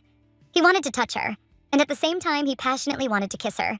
A moment later, he was taken aback and returned to reality. As he heard the voice of his companion, Laura asked excitedly if he was feeling unwell. Ian was excited, and yet he knew he needed to calm down. She was worried and said that he looked much paler than before, and at the same time she suggested that they get off the boat and rest a little. The young lady introduced her companion, and at the same time claimed that he was most likely simply overtired. He understood that her concern only worsened his condition, but the young lady, noticing a small stone, invited him to sit down. A moment later, the young man was sitting on a large stone. He understood that this situation was very dangerous, because if they continued to look at each other, he would lose his mind. Ian sighed heavily, knowing he had to pull himself together. A moment later, he shot the handkerchief and invited his young companion to sit down next to him. Laura accepted his offer with a smile and noticed that he was behaving very politely. They sat quietly for a while, looking into the distance. Laura looked at her companion with a smile and asked if this forest was similar to his domain. He smiled and said that this forest was very different. At the same time, he began to talk about his possessions. Laura was glad to hear this, but she noted that he was very lucky to be in such a place. He said with a smile that people from the provinces, on the contrary, often dreamed of London. Laura said that she was tired of the hustle and bustle and would like to enjoy the silence. He said with a smile that if it were his domain, she would be happy. Ian knew that in a place like this, she would be able to enjoy the pleasant scenery. He happily talked about his possessions and described them. He said that she could have his property and she could enjoy the scenery as much as she wanted. Laura said with a smile that hearing something like this, she could not help but admire. He said with a smile that he was speaking sincerely, and she could come to him. He stated that his estate was very quiet and his servants would be glad to have new guests. She said with a smile that she was pleased to hear such things, and that someday she would visit his lands. But at the same moment, she said with a smile that for this she would have to wait until Mr. Dalton's mistress appeared in the house. Ian was momentarily taken aback by her words. But after a few minutes of awkward silence, he asked if it was really necessary. She said with a smile that of course it was so, since she could not get into the house of a single gentleman. He said that it might take a long time to find the owner. She said with a smile that she would definitely wait for that day. After all, only in this way could she see the beautiful landscape of his possessions, but she could also see the beautiful images of the spouses. At that very moment, he said that in that case he would need to speed up the process of finding the owner. He said that after this, he would probably be able to get the mistress to allow the young lady to remain on his property as long as she liked. Laura said that he couldn't do that to his wife, because no woman would want her husband to communicate with women. He sighed and asked what if his wife wished for Laura to be everything. She sighed and said that in that case, something like that was possible, but she hadn't imagined such a situation. At that very moment, the young man said with confidence that he could imagine something like that. He said that if he really was going to get married, she would become the owner of his house. He said that without this situation, his wedding could not have taken place. The young lady, in turn, froze in place from shock because she did not expect to hear anything like this. Ian froze in embarrassment and looked intently at his companion. Before he could utter a word, the young lady suddenly stood up. She sighed and said that his future wife would no doubt object. Turning around, she said that she asked him to send this proposal to her as a friend. Ian reached out to his companion, but she abruptly pulled her hand away and said that it was time for her to go. The young man was puzzled and wondered if he had really seriously proposed with such words. After that, he realized that she did not perceive him as a man. And at the same time, he was puzzled that he was rejected. Looking at everything, he felt that he should have done something similar someday. Remaining in London, he involuntarily painted a similar picture. He wanted to propose, organize a wedding or at least an engagement, and then return with her to his domain. But such a disorderly act, of course, led to a refusal. He understood that he had to go to her and explain everything correctly. It wasn't just an impulsive act, because succumbing to the mood, he sincerely admitted that he really did love her. A moment later, the young man was taken aback, as he was informed that his recent companion had left, citing urgent matters. Dora said the young lady looked exhausted and in a hurry, so she sent the coachman to escort her. Ian was puzzled because they had an unfinished conversation. Dora was a little upset, as she realized that they would have to postpone continuing the conversation for a long time. He was shocked when he heard that the young lady could not receive guests in the house, as some distant relatives were supposed to come to visit. After some time, the young man decided to visit his girlfriend's estate, but the maid said that they were not currently accepting guests. Anne asked the young man to leave. He tried to stop her and asked her to give the letter to his mistress. She sighed and, asking for forgiveness, said that she was not allowed to accept letters from guests. He was prepared for such an outcome and therefore assumed that he would have to return. The young man, in turn, was puzzled, and he did not want to leave so easily. A moment later, he looked away to the small window where he saw the silhouette of a young lady. But a moment later, with a heavy heart, he left the estate. At the same time, the young lady stared after him. A whole week had passed since that day, and it was all driving him crazy. He continued to look for the lady every day despite the fact that he was driven away. However, each time he could not even cross the threshold and was only rejected. Besides, he had no choice but to wander around the area, not knowing what to do. He couldn't help but think that perhaps her heart would remain closed to him forever, and he wouldn't be able to rekindle the connection that once existed. A moment later, he was taken aback and threw all his thoughts away as his friend called him. William told his friend that he had received a telegram. Ian read the telegram slowly and was taken aback. After some time, he again visited his girlfriend's house, but again received a refusal. But still, he asked the maid to give something to the mistress. Anne asked for forgiveness because she could not accept the package. He said that this was an emergency because he needed to leave urgently. He said he had little time left. The maid was puzzled, but said that she could not accept the parcel, as she might be fired. Ian quickly said that he would help her find a new job, or she could come to him and work on the estate. But she refused, as she did not like the countryside. He sighed as he realized he had no other choice. At the same time, the young man attached several bills to the parcel. The maid looked menacingly at the young man. A few moments later, she called him. He followed me, looked at her, and asked if the amount was not enough. She said that it was not so, and she did not ask him for money at all. She wanted him to fulfill her request. Anne looked at him menacingly and said that she would deliver the package, but he must definitely return to London. He was taken aback as he did not expect such a thing, but she declared that he must return and win the heart of her mistress. Sitting in the carriage, he again played the maid's words over in his head. He understood that if he could win her heart, he would have done something similar long ago. Meanwhile, the young lady sat quietly in her office, but a moment later she saw a maid with a bundle in her hands. The maid reported that the young man had come to them again. Laura looked menacingly at her maid, as she had said earlier that the beta had not taken anything. The maid, sighing, said that nothing could be done. She said he simply thrust the package into her hands and didn't even give her a chance to say anything. A moment later, the young lady saw a small letter. He informed her that he suddenly had to leave London. After all, sad events forced him to return to his hometown where the pastor died, and as the owner of the land, he must express his condolences. He said that as soon as things were settled, he intended to return to London because his connection with her was not over, and he could not leave the city until he restored it. He assured the young lady that he held no grudge, but he hoped that they could restore their friendship. He hoped that upon his return, he would be given a chance to justify himself to her. A moment later, the young lady was taken aback as she saw something after the letter. She was surprised because she saw a beautiful picture, and I realized that he had drawn his possessions. At this, the maid looked at the young lady in surprise. She was pleased, but at the same time surprised, as the young gentleman was clearly revealing his intentions. Laura smiled and asked the maid to hang the painting in a prominent place in the living room. But still, the young maid was interested in what the young master wrote in the letter. She wanted to know what finally happened between them. Sometime later, late in the evening, the young lady read the letter from the young gentleman over and over again. Anne slowly entered her mistress's room and announced that she had prepared everything for washing. At the same time, she noticed that her mistress was rereading the letter. She wanted to know whether it was a declaration of love or a proposal of marriage. But looking at the lady, she realized that her expression was too gloomy for such a thing. A moment later, she was taken aback because her mistress called her and she did not hear what she was saying. Laura sighed heavily and said that the young gentleman had proposed to her. Anne was shocked by what she heard, but at the same time happy. She asked in surprise if he had really confessed his feelings. Laura said that this was not so, but his words allowed her to judge his feelings. She was shocked. She couldn't believe that her mistress was avoiding the man who proposed to her, so she asked the lady if she was planning to reject his offer. Laura sighed heavily and said that it was so, and was shocked because she knew that the young master was very wealthy. She sighed and said that she could not tell the lady what to do, but assured her that running away would not solve anything. After all, if a gentleman is free to propose, then a lady has the right to decline it. Laura said that it was not that simple, and it would be very rude of a lady like her to refuse the offer of such a gentleman. Unfortunately, she had no dowry, and although she was old enough to get married and understood perfectly well that the young master knew about everything, but knowing all this, he continued to love her. She sighed and said that marriage was something completely different. After all, you can't get far on emotions alone, and for living together you need more. Anne sighed heavily, and she was heated by such words, but she could not object to the lady. Still, she asked the lady what she felt. She wanted the lady to put all thoughts aside. She asked the lady if she felt nothing for the young gentleman. Laura didn't answer and asked the maid if she knew what the greatest advantage of being an old maid was. She said that it was possible to be friends with young gentlemen without any tension. She said that there was not a drop of love in her heart for the young gentleman. The young maid was surprised and knew that this was not so. She also understood that the mistress was unwavering. A moment later, she wished her mistress good night and left. Laura took the letter and saw the impeccable polite style. Despite the cold reception, he still continued to write letters. She knew that he was a very good person, but she remembered his look after his confession. Laura was puzzled and did not know when it all started. Since she didn't look at him as a man, she believed that he would behave the same way. She knew she was not a suitable marriage partner for him. She realized that she was very lucky that he had returned to his domain now, since they would be at a distance from each other and his feelings would subside. She knew he would come back with his mind cleared and then they could be friends. But at the same time, she didn't understand why his confession threw her off balance so much. She reread his letter hundreds of times, but her heart, taught by bitter experience, whispered that she would be hurt again. She knew he desired her, and she knew that was enough. She wondered if people truly loved each other. Wasn't that enough? But watching her mother sober up, she knew that wasn't the case. At that very moment, she remembered her meeting with her grandmother. Madame Oza looked at her granddaughter with puzzlement and surprise, as she looked very much like her mother. The man looked intently at his daughter and, asking her not to cry, assured her that they were not parting forever.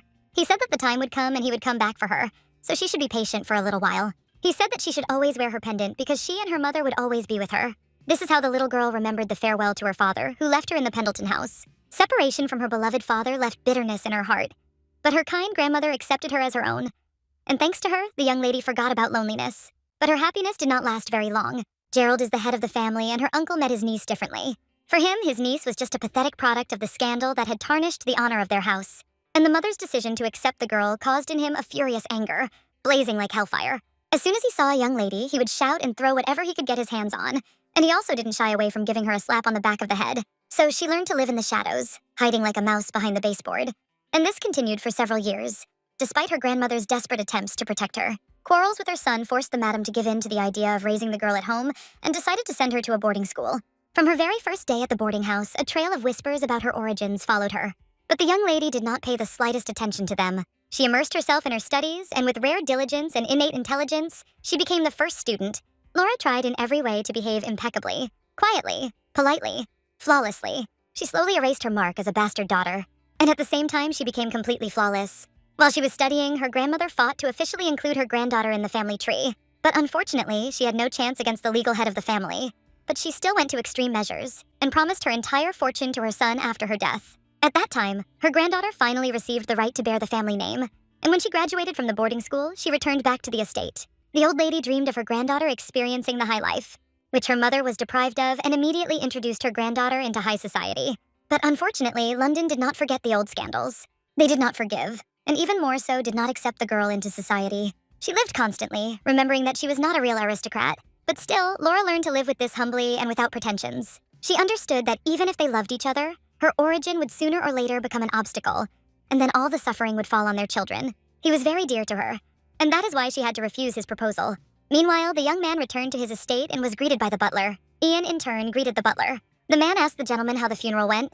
Ian sighed and said that everything was quiet and calm. Many people came to this event because the pastor was a very kind person. Ian sighed and said that he was haunted by the fact that he couldn't be with him at the last minute. A few minutes later, the young man turned to his butler. He asked how his health was and if anything was bothering him. The man said with a smile that he was fine. Ian was glad to hear this, and at the same time he apologized for being absent for so long. A moment later, the maid asked the butler if their master had returned, as she had not had time to greet him. At that moment, she thought for a moment, and the butler asked what she was thinking about. She said she had really hoped that their master would bring someone from London. The butler knew that until their master deigned to tell them, no one would know what really happened. Ian, in turn, was a little puzzled and devastated. He knew that several months had passed since his departure, and he had a lot to do. As he looked through the documents, he mentally began to sort them by urgency. He understood that the most important thing he needed to do was to resolve the issues of managing the estate. He knew why his butler had rushed to him immediately upon his arrival, as the manager had neglected all his affairs and was taking bribes. He didn't know where his brother-in-law had dug up such a dim-witted guy. At the same time, he did not expect much caution on the part of his brother-in-law, since his indifference to his own possessions was far from a secret. Ian had been very immersed in his work and had never left his office for a minute, but now he really felt like he was back. He couldn't believe he had spent a whole month in noisy London. He wanted to forget everything except the one single image that still lived with him. He was interested in what the young lady was doing now, and at the same time he assumed that she was currently enjoying an exquisite dinner in some noble house. Ian supposed she might have been twirling in a dance at a glittering ball, but he also wondered if she could stand at the window, gazing at the sky just like he did.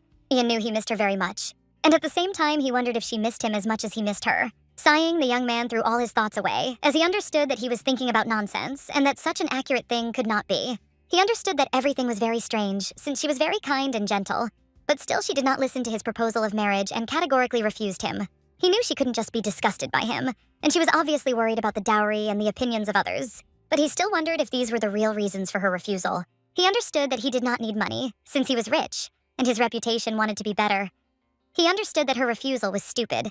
Ian wanted to try to propose to her again, and he hoped that she would listen to him. He wanted and hoped that she would listen to him calmly, attentively, and with that same sweet, serious, and insightful smile, understand. He knew that when all was said, when he again, this time for real, asked her to give him up as his wife, she would shake her head and agree. But he understood that she could listen to him and refuse. Ian was angry with himself and wished that her warm heart would not prevent her from being true to her convictions. He understood that this was all very difficult because he had convinced her and begged her. Ian knew that even if he allowed himself to have a temper tantrum, she wouldn't bat an eye. But he still had no intention of retreating, because if he missed this chance, he would never experience such a feeling. Ian knew he wouldn't go back home until he got her consent. He wanted to take her to his estate, and so he knew he would do anything for her. Several days passed, but the butler noticed that his master had become somehow strange. He saw that the gentleman was increasingly immersed in sad thoughts, as if his thoughts were hovering somewhere far away. He saw that the gentleman slept poorly at night. At that very moment, the butler presented his master with documents concerning the pension for the servants. The butler saw that there were no problems with the affairs, but even such moments the master usually reviewed everything clearly and carefully. But he seemed a little distracted, and so the man wondered if something had happened in London that they didn't know about. But a moment later, the old man was taken aback as he noticed his master's drawing. Ian, looking at the butler, reported that everything was in order with the documents. After some time, the butler left his master's office, but the maids bumped into him and looked at him with bewilderment.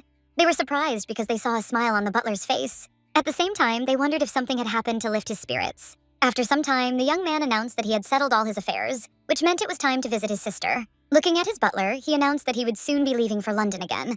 He could not say how long he would be gone for, but assumed that this time he would be in London for longer. For this reason, he asked the butler to look for a trusted person to manage the name. The butler looked intently after his master. He was sure that his master was going to London because of the lady in the portrait. He saw that from that very day, as the gentleman of the true nose, he was all on pins and needles. He assumed that his master was truly in love. Therefore, this news made him happy, since he assumed that his master would soon bring his mistress to the house. Meanwhile, the young man, slowly looking around the surroundings, galloped towards his sister. A moment later, he saw birds in the distance. Sighing, he assumed the noise was due to hunting. But a moment later, he heard a painfully familiar voice. Ian hurried towards the noise, and as he did so, he saw familiar outlines. Meanwhile, the young people were arguing among themselves. But moments later, the young man heard some noise behind him. He turned around and was taken aback when he saw his uncle. Ian glared at his nephews. They were taken aback and greeted him, but he did not answer. Ian slowly walked up to his nephew and demanded from him the thing they had been playing with. The boy was taken aback and said that they were all just playing with a wooden gun, and nothing terrible had happened. Ian looked menacingly at his nephew and said that he was warning him for the last time. The boy was taken aback because he was frightened of his uncle. Meanwhile, Madame sat quietly in her room, minding her own business. But moments later, she was taken aback as her brother looked in on her unexpectedly. Margaret greeted her brother with a satisfied smile and asked when he had managed to arrive. But moments later, she was taken aback as he placed the dash on the table for her. She asked in bewilderment what kind of gun he had put there. He said he wanted to know the same thing since her sons had decided to have some fun shooting. She was taken aback, but said that her son had managed to steal the gun from his father. Ian said that he had already given them a good thrashing. Margaret smiled and said that he should look at one of the cards. He was shocked, as she was doing fortune-telling while her sons were running around with the real gun. She said with a smile that nothing had happened, so he didn't need to be angry. He was shocked, but at the same time puzzled by her behavior. For a moment, the young man sat down next to his sister, and at the same time he asked if she was still carried away by such a farce. Margaret said with a smile that it was not a farce, and she had drawn a card about his wedding at the end of the year. She wanted to know about everything that happened in London. She said that William had already told her how popular he was in London with the ladies. She also knew that he had attended a picnic, and he had never attended anything like that before. Margaret said with a smile that he should confess honestly, because at these receptions there was someone who had captured his soul. She asked if this was already the lady's sigh for whom he danced. The young man said that he had come to her in vain, and with that he began to leave. At that moment, Margaret tried to stop him, but she began to cough very violently, and her brother hurried to her. At that very moment, Margaret, with a sly smile, laughed at him in a playful manner. He was shocked by her behavior, but she quickly grabbed the collar of his clothes and asked if she was right in her judgment. Margaret said with a smile that she knew something had changed in him, and it was all thanks to the young lady. She wanted to know who Miss Pendleton was, because she assumed that the girl was very beautiful and smart. She wanted to know how old she was. Looking at her brother, Margaret demanded that he tell her everything immediately, but he continued to remain silent. Margaret asked why he had such a distant and confused look, and she suggested that he was in love, but not reciprocated. At that moment, she was taken aback and asked if it was true that he was in unrequited love. She was shocked because he had conquered all the ladies in London, but there was only one left who did not reciprocate his feelings. He said they were just friends, but Margaret didn't believe his words. She said with a smile that she could, without a twinge of conscience, convey to that young lady one very touching letter from his childhood. She asked with a smile if he had forgotten about the letter he had brought her in tears on the eve of her wedding. Then he said with tears in his eyes that even if she got married and went far away, he would always love her. She asked with a smile if he remembered writing the letter with his crooked letters and mistakes, and at the same time he smeared all the ink with his tears. He was shocked by this, but Margaret said that when she read the letter, she herself burst into tears. She said with a smile that she would give the letter to William, and he would certainly be so touched that he would give the letter to the young lady. Ian was shocked by her words, but in turn he understood that she could mock him as much as she wanted. She asked with a smile how she could mock her poor brother. After a few minutes of questioning, she asked if the girl would never accept his feelings. She wanted to know if there was any good reason. But a moment later, Margaret sighed heavily and said that he could remain only a friend to the young lady for now. She said that he should not approach too hastily because the girl should get used to his constant presence. She said that he should be calm and serene, but meanwhile, with other young ladies, he should behave a little more freely. She wanted him to pretend to be courting someone so the lady would stop being afraid of him. But when the time comes, he must act with caution. Margaret said that when the walls around her heart weakened and feelings awakened of their own accord, that was when he should act. She said that he should pretend to give his heart to another and he should ask the lady for love advice. He was shocked and didn't understand why there were such complications. She said that this jealousy would make her understand the truth. Jealousy will begin to blossom in her chest, the very one she carefully tried not to notice. Then she will fall victim to a painful languor. He sighed heavily and said that her plan was simply stupid. He did not understand how one could play with the feelings of the woman he loved. As he left, he sighed and said that he had already checked her health, so he could go. She expected such an answer from him, but Madame was surprised when he spoke about the feelings of his beloved woman. She understood that this love story would bring the new mistress to her brother's house. She really wanted to see that very lady to whom her brother had given his cold heart. Meanwhile, in London, young ladies were chatting among themselves and discussing that Mr. Dalton had left London. The young lady, in turn, simply could not believe that she was drinking tea face to face with the flower of high society. She saw that her interlocutor was graceful, calm, and noble, so she just couldn't help but admire her. In turn, Dora was puzzled when she received it from William, because she had sent Mr. Dalton an invitation. William described how his friend would unfortunately be unable to attend the event as he had left London. She was in shock and didn't understand when he managed to leave. Dora was furious because he disappeared without a word. At the same time, she assumed that William's younger sister knew the reason why he left London. The young lady thought for a moment and said that Ian had been in London for many years, and so she did not know when he would return. These were just her guesses, and she didn't know how to proceed further. Dora was puzzled, as no one knew when the young man would return to London and there was no news from him. She knew she wasn't close enough to him to send him a letter. Moments later, all her thoughts disappeared as a young man approached them and greeted them. He thanked the young lady with a smile for the invitation. She greeted him with a smile and informed him that tea was over, but that the meal would begin soon. William was happy to thank the young lady for taking such good care of his sister. Dora smiled and said that she had always dreamed of becoming closer to them, and now she was glad that they would be able to share a modest meal. William smiled and offered her his hand and invited her to go to the dining room. Dora understood that he was the only thread that connected her with Ian. She wanted to maintain a good relationship with him because she understood that she could force useful information out of him. She knew that he was, after all, a very pleasant conversationalist, and his company was not a burden to her. A moment later, she smiled and invited her friend to accompany her to the theater the following week. The young lady happily agreed. Meanwhile, Laura sat quietly in her office.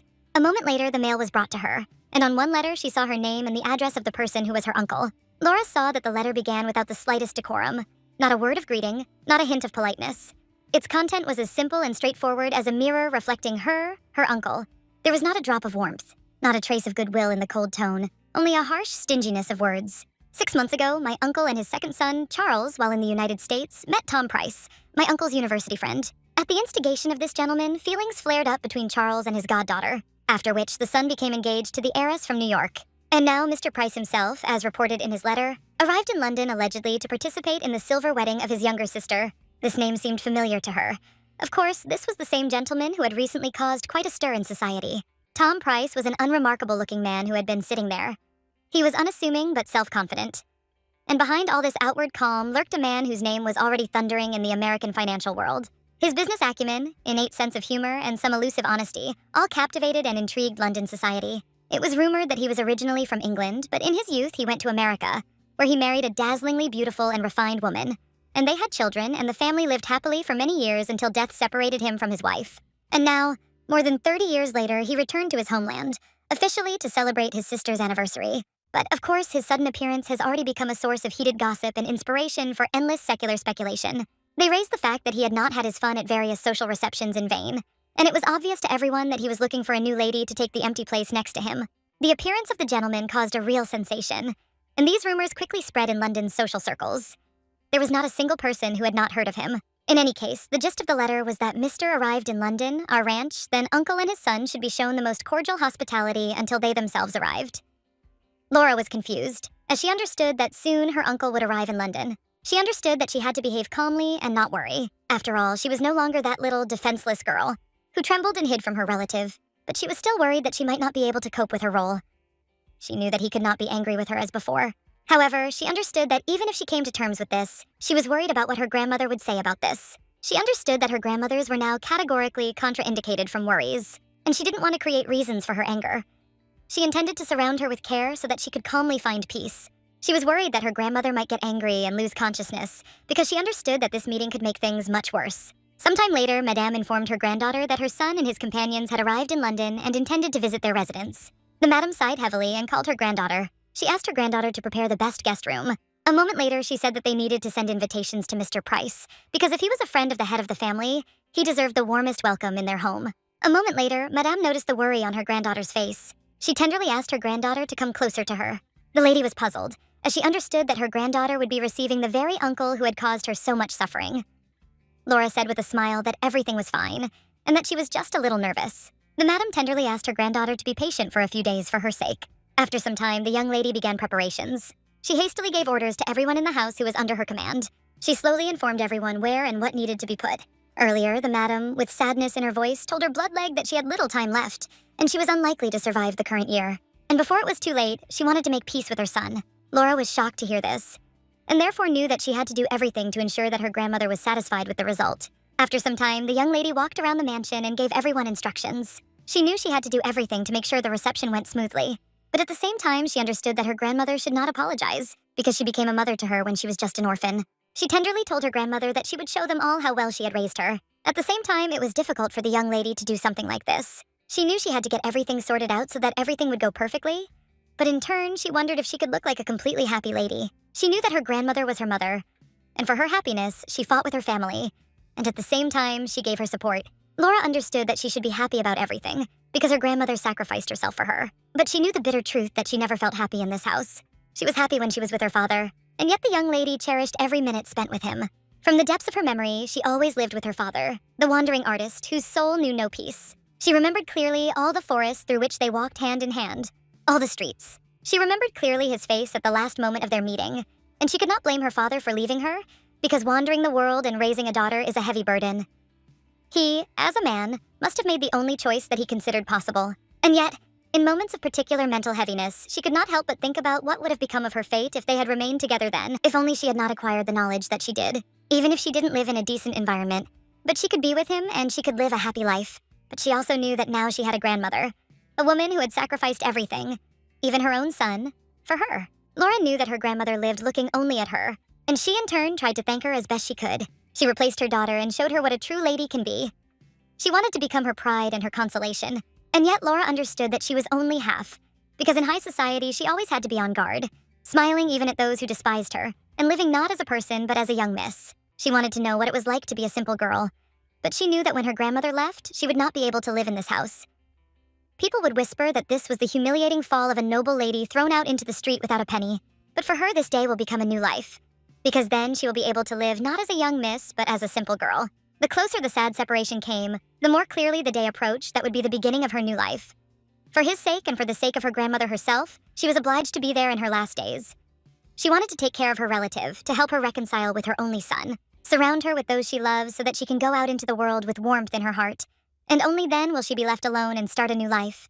After some time, the young lady happily met her friend, whom she had not seen for a long time. Laura thanked her friend with a smile for coming.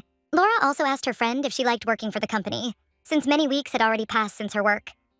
Jane said with a smile that everything was very strange, but also surprising. But so far, she was only trusted with simple tasks. A moment later, the young ladies were taken aback as they heard some noise. Tom Price greeted the young ladies with a smile. Laura greeted the man with a smile and introduced herself, and she, in turn, introduced her friend. Tom greeted them with a smile, as he had been told a lot about Laura and was very happy to meet her. At that moment, the man noticed that Jane had a very unusual style of clothing, and Laura said with a smile that her friend worked as a typist. Tom was surprised and asked the girl if she had any intentions regarding marriage. James said with a smile that she had no intentions, because she had chosen this path to avoid marriage. He looked at her with a smile and said with admiration that this was simply amazing insight. She looked at him in surprise, and at that very moment she said with surprise that he was the first who had spoken so directly. He said with a smile that she must have unraveled the very secret that not a single gentleman had dared to tell a well-bred lady. Jane asked in surprise what secret he was talking about. He said with a smile that a man is nothing more than a burden for a woman and that he cannot be anything else. He said that his late wife was most likely secretly glad that she had finally gotten rid of this yoke. Jane, in turn, noted with a smile that the man was a very funny person. Laura was very glad that her friend was next to her. That dinner party, as expected, was a brilliant success, with Tom telling how he had lived in America for over 30 years and was back in his element, but this time as a master storyteller. Everyone listened especially vividly to his stories about social life in New York, full of ironic observations and subtle wit. His voice sometimes sounded louder than etiquette required, and his chosen topics were sometimes on the edge of decency. Yet, thanks to his relaxed manner, good-natured laughter, and good-natured tone, even the boldest remarks did not cause the slightest discomfort to the guests. So, dinners with his participation were considered the most lively and successful in recent times. After some time, he smiled and praised the young lady for a truly impeccable dinner. He stated that the evening had once again given him great pleasure. He also said that she was outdoing herself every time, and that really impressed him. Laura understood that if the man was satisfied, then her uncle would have no reason to reproach her. She sighed with relief because she was a little afraid that he would be dissatisfied with something, but she saw that he was a very kind person. Sometimes she got tired of the endless series of dinners. But to be honest, in such a troubled time, this bustle distracted her from other thoughts. But much time has passed since then, and at the last dinner in honor of Mr. Price, something unusual happened. That time, the other guests left earlier than usual, and the tired Mrs. was escorted upstairs. Laura played the piano at Mr.'s request, and then they were left alone in the living room. Then Laura felt something strange, and it seemed that something had changed, and as if a wall had suddenly appeared between them. The man looked at his companion with a smile and said that when he entered London society, he heard her name. Laura asked with a smile whether he had heard her name from her uncle. He said with a smile that her uncle literally couldn't stop admiring how much of a true lady she was, the embodiment of angelic restraint and grace. The young lady was shocked that her uncle praised and admired her. She knew he hadn't visited her since she was 10 years old, but she couldn't bring herself to tell the man anything like that. At that very moment, she noticed his intense gaze on her and was taken aback. The maid rushed into the room because she heard the noise and the scream that her mistress let out. She was agitated and did not understand what was happening. At that very moment, the young maid froze in shock when she saw a truly enchanting picture.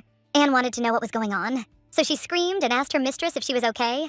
Laura calmed her maid down and asked her to leave.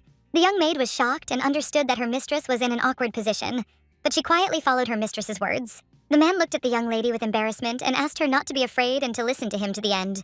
He said that meeting her uncle awakened something in him that had long been forgotten, namely, nostalgia for his homeland, especially later for the women of England, because there is no lady in the world equal to her in nobility, beauty, and dignity. He said that he had come in the hope that among the well-bred noble ladies they would be able to find one who would remind him of his departed wife. And one evening at the table in this house, he met a lady in whom he again found the image of his late wife. He saw beauty, noble manners, intelligence, and a short temper, and he saw all this in the young lady. He said that she reflected in everything the woman he had once lost. Having collected his thoughts, he asked shyly if she would marry him. He wanted her to go to America with him, and then she would start a new life next to him. He said that her age was not an obstacle, and on the contrary, it was very good, because he was not one of those frivolous men who dreamed about young girls. He, in turn, only wanted to have a wise, virtuous wife by his side, who would warm his lonely bed and heart. He asked if she would agree to accept his proposal of marriage. The young lady, in turn, was shocked by his confession. She said that she was grateful to him, but still had to refuse because she did not feel love for him, and she did not have any hope that it would arise in the future. As she left, she asked him to accept her refusal with noble generosity. From then on, the man no longer showed up for dinner at their house, but he did not give up and, on the contrary, showed amazing, almost obsessive persistence. And from that day on, he began to send flowers to their house every day. Having learned about the young lady's schedule through inquiries, hints, and mutual acquaintances, he began to attend all the events where she was. The flowers, accompanied by polite but firm refusals, were returned, but this did not stop him, and the situation repeated itself again. In the end, the young lady was forced to give up almost all of her social life just to avoid crossing paths with him. And because of his overly intrusive behavior, the whole world quickly learned about his proposal to the young lady. Everyone in high society was whispering about the man seeking the young lady's hand, and surprisingly, most people took it as good luck for the young lady. They said that this was her last chance because next year she would be 30 years old, and now a real rich man was proposing to her. They said that she should understand for herself what position she was in, but at the same time they said that she should not try to woo other ladies, but should be glad of such a chance. They understood that the man was very kind and wealthy, and she should not miss such a chance. Although people unanimously expressed their opinions, another worry lurked deep down. After all the mothers looked at the young lady with mockery, and at the same time they did not want something similar to happen to their daughters. Mothers unanimously told their daughters that if they didn't want to end up like best matchmaker Dana, they had to hurry up and find a husband. Thus, fear began to spread like an infection throughout all the houses with unmarried girls. And thus, without noticing it, the young lady herself became an edifying example, and at the same time she frightened all the socialite ladies. Meanwhile, the young people were sitting over tea and discussing this very topic.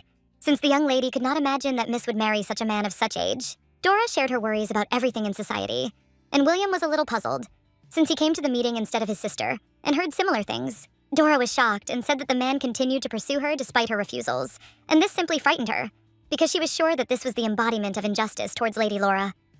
William understood that he was a friend of her uncle, and it was not so easy to refuse him. Dora was shocked and screamed that this was simply outrageous, since he was much older than her. But at the same time, she was glad that the young man understood her and was in solidarity with her. Dora sighed and said that if the young lady had been given a dowry, everything might have turned out differently. She did not understand how he could not show sympathy to his niece and give her money. William sighed heavily, as he understood that family matters were difficult to judge, but they still understood that this was too cruel. Because if she had at least a few £1,000s of dowry, she could have married a young man of her own age, although not an aristocrat. William was in complete agreement with her thoughts, but he knew it was all sad because people were judging her based on their prejudices without really knowing her. Dora agreed with him. She understood that she could have had enough of a dowry if it weren't for the problem with her origin. And because of this, people pointed fingers at her. She said that the young lady simply could not choose her parents, but at that very moment she stopped short as the young man called her. He said with a polite smile that they were getting too deeply involved in the other man's affairs. Dora realized that she had made a mistake and immediately agreed with him. She said that she had not meant to say anything bad. He said with a smile that he understood everything and that they should leave this conversation aside. He understood that although young Laura was currently going through difficult times, she was quite capable of coping with the trials on her own. After some time, the young lady returned to her place, but she realized that she needed to be more careful. After all, she understood that the young man could send a letter to his friend, and if he wrote something bad about her, it would be bad for her. After some time, the young man, sitting in his office, realized that it was time for him to send a letter to his friend, because his friend always asked him to write about Lori. He understood that the news now was not the best, but he simply wanted to note in the letter that the Count's friend was now in London. But moments later, the butler brought him a letter from his daughter-in-law. The young man was taken aback, and shouting to his butler, took the letter back as he wanted to rewrite it. At the same time, Margaret asked with a smile how William was doing, but in fact, she was not interested in his affairs, and wanted to get straight to the point. She wanted to know how he could keep it a secret that a worthy match had been found for her brother. She wanted to know who young Miss Pendleton was, who took her brother's heart. She wrote with a smile that he should take on the position of head of the London branch of the marriage committee for her sake. William was shocked. He could not understand how he had not noticed this. After all, his friend, who hated all of high society to the point of holes and trampled the threshold of the young lady's house, so he hastily wrote a letter and told the butler to send it urgently. Meanwhile, the young man received a letter from his friend and he read it carefully. Sometime later, the young man returned to London and immediately from the doorway asked the butler if William was there. He also ordered the butler to take his luggage to the guest room. The butler looked after the young man with surprise. After all, he had not heard at all that the young gentleman was returning to London again. Ian immediately entered his friend's room and angrily asked what the gentleman's name was. William froze in shock, not understanding what was happening at all. William, taken aback, hastily asked his friend if he himself had nothing to explain before asking such questions. He did not understand why his comrade had suddenly returned to London.